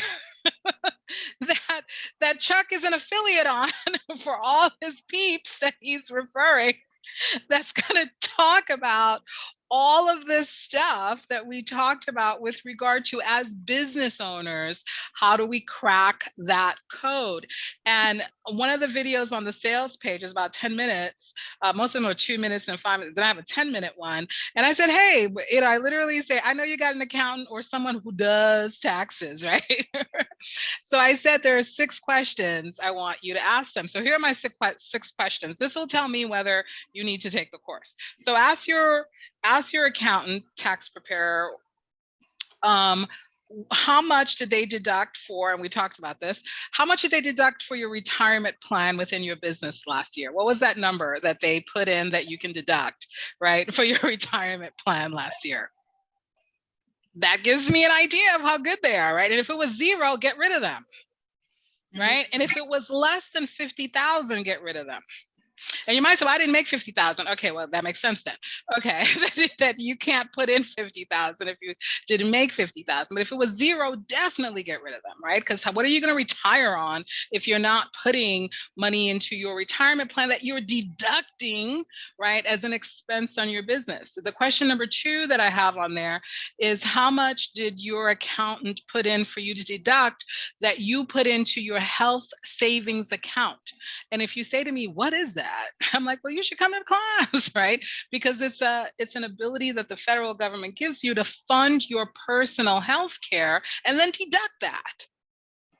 Usually as an individual, you pay for your health care, no deduction for you. But as a business owner, deduction for you. See the difference? And then on the video, it also talks about, this is on the sales page when Mike's going to send it out to you guys, right? This is the 3rd question I asked is, how much did your accountant deduct for your professional education? I'm professional education. The course is professional. Anything that you do that advances your knowledge and your ability to do the work that you do in your business is deductible. Even if you have to fly to Paris for this class and you have to stay at the beautiful, beautiful hotel right by the Louvre Museum, it doesn't matter how much the amount is, it's just that it's categorized as professional development for your business. Is completely, so you can fly first class, who the heck cares, right? You can deduct all of that for your business. Another question I asked on the video was, and I think I started with you, I think I mentioned it to you guys, how much did your accountant tax preparer deduct for your carry forwards, right? And I said carry forwards, think of carry on. And if it's Louis Vuitton, you always going to bring your Louis Vuitton luggage with you. That means that you took so many deductions that it's more than the amount of money that you made this year. So guess what? Do you think you lose it? You think rich people are going to lose money? No, they carry it forward to the next year. So you start off next year with, oh, I got like $8,000 that I couldn't use the year before that I'm going to use this year, right? So I have on the video all these questions. So when you get the page, go through the other two questions and see, ask your accountant those questions, or better yet, look at your tax return. Did he deduct, or she deduct any of those things? If none of those things were deducted, get a new accountant. But definitely come to the course, because the course is designed to a large extent to replace your accountant and your tax preparer, because nobody is going to care more about your business than you. Let me say it again. Nobody is going to care more about your business than you. You will learn these things because you realize it not only saves you money, it makes you money, right? Who doesn't want to fund their retirement plan? And who doesn't want to fund their health plan? And who doesn't, I mean, just fill in the blank. As I want you guys to begin to see how the rich think about this. Their business is not just for them, it's for their children, their children, children, their children, children, their children, children, children, children, children, right? And it begins, what does the Mayan say? If it is to be, it is up to me. So it begins to you. So let's stop giving other people the power over our businesses when there's so much of this we can do better for ourselves if we just learn how to do it. So my answer is sign up for the free class, stay for all of it, and then roll into some NFTs, because you guys are a nonprofit, right? Is that correct? Yes, that's correct. Okay, well, you should be in the NFT class in terms of creating these currencies to fund, create income streams for the good causes that you're doing. There's so much possibility out there. It blows my mind. We are living in a time where we can actually create our own money. I'm going to say it again. NFTs and cryptocurrencies are money. They are recognized now under US law as a money stream.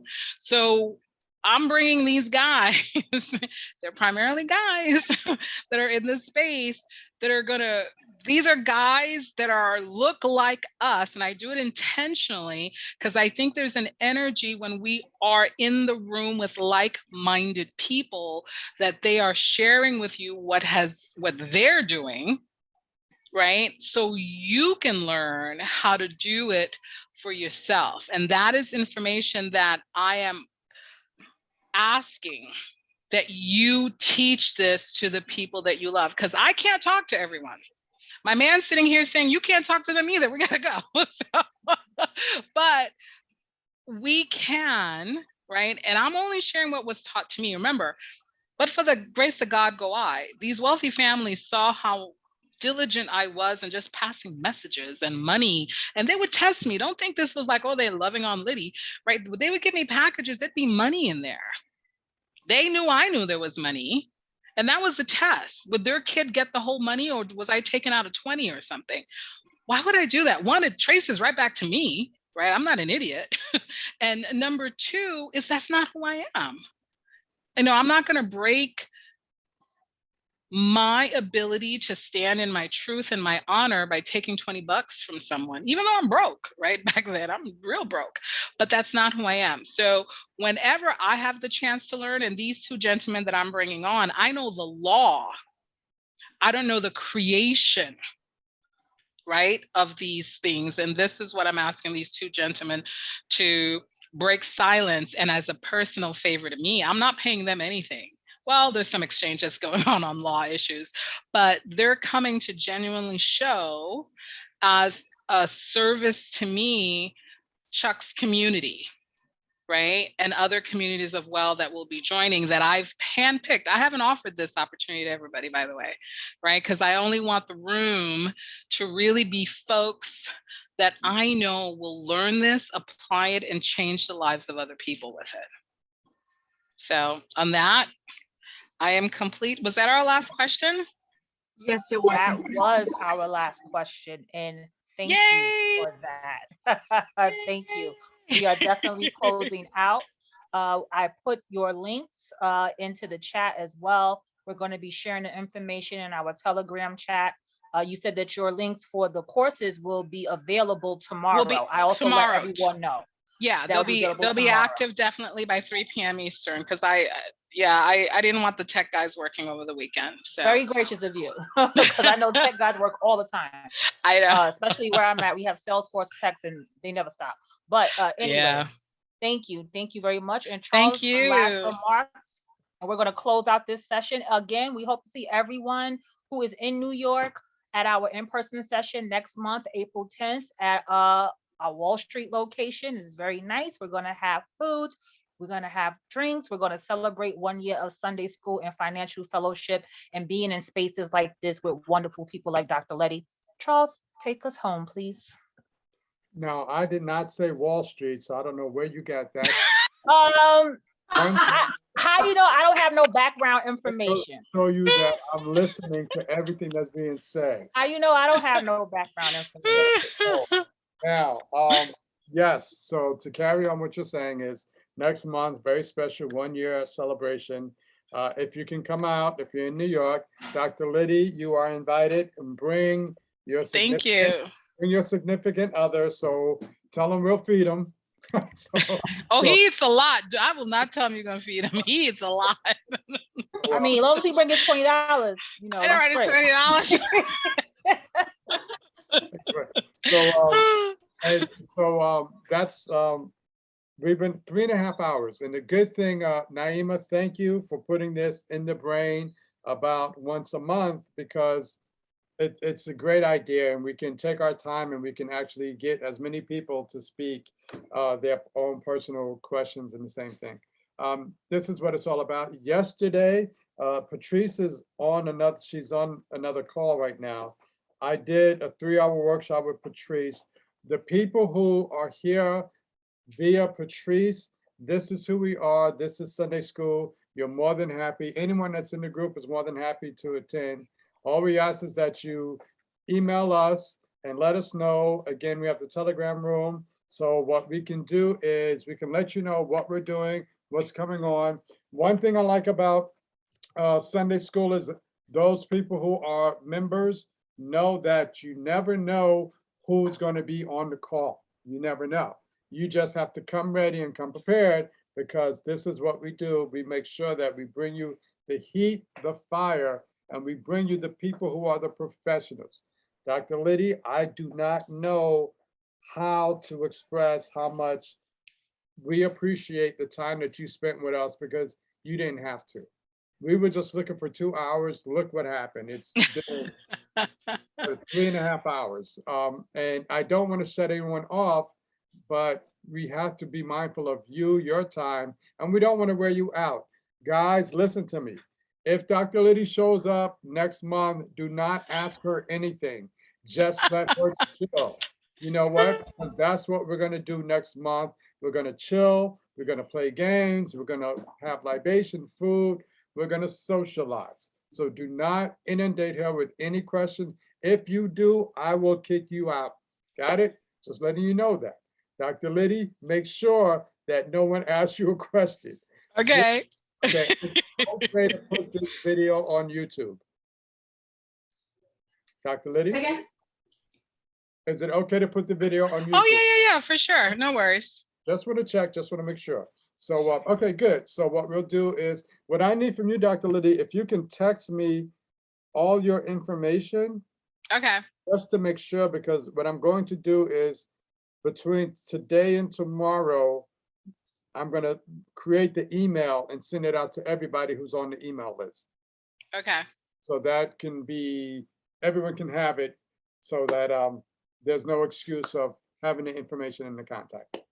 Okay. Works So for the me? one thing I'll tell you about YouTube, and you're free to post it. It's no big deal for me. But unless you're monetizing it on YouTube in some form, there's really no benefit to, this is just a Lydiaism, right? There's really no benefit to posting it on YouTube, because you can do sort of a shorter version. Right. YouTube pushes out, I only know this because I'm working with a YouTube guy, like someone who's at YouTube. They only push out videos that are between 5.5 to just under 12 minutes. Okay. So for a 3+ hour, almost 3-hour thing, their algorithm would not push it out, right? So, or what you can take is like a Snippet? 11 minutes that are really powerful and push that out. And that way they'll replicate and they'll send it out to people for you. But something this long, their algorithm will actually delay it from being seen. So it'd only be your people that would see it on YouTube.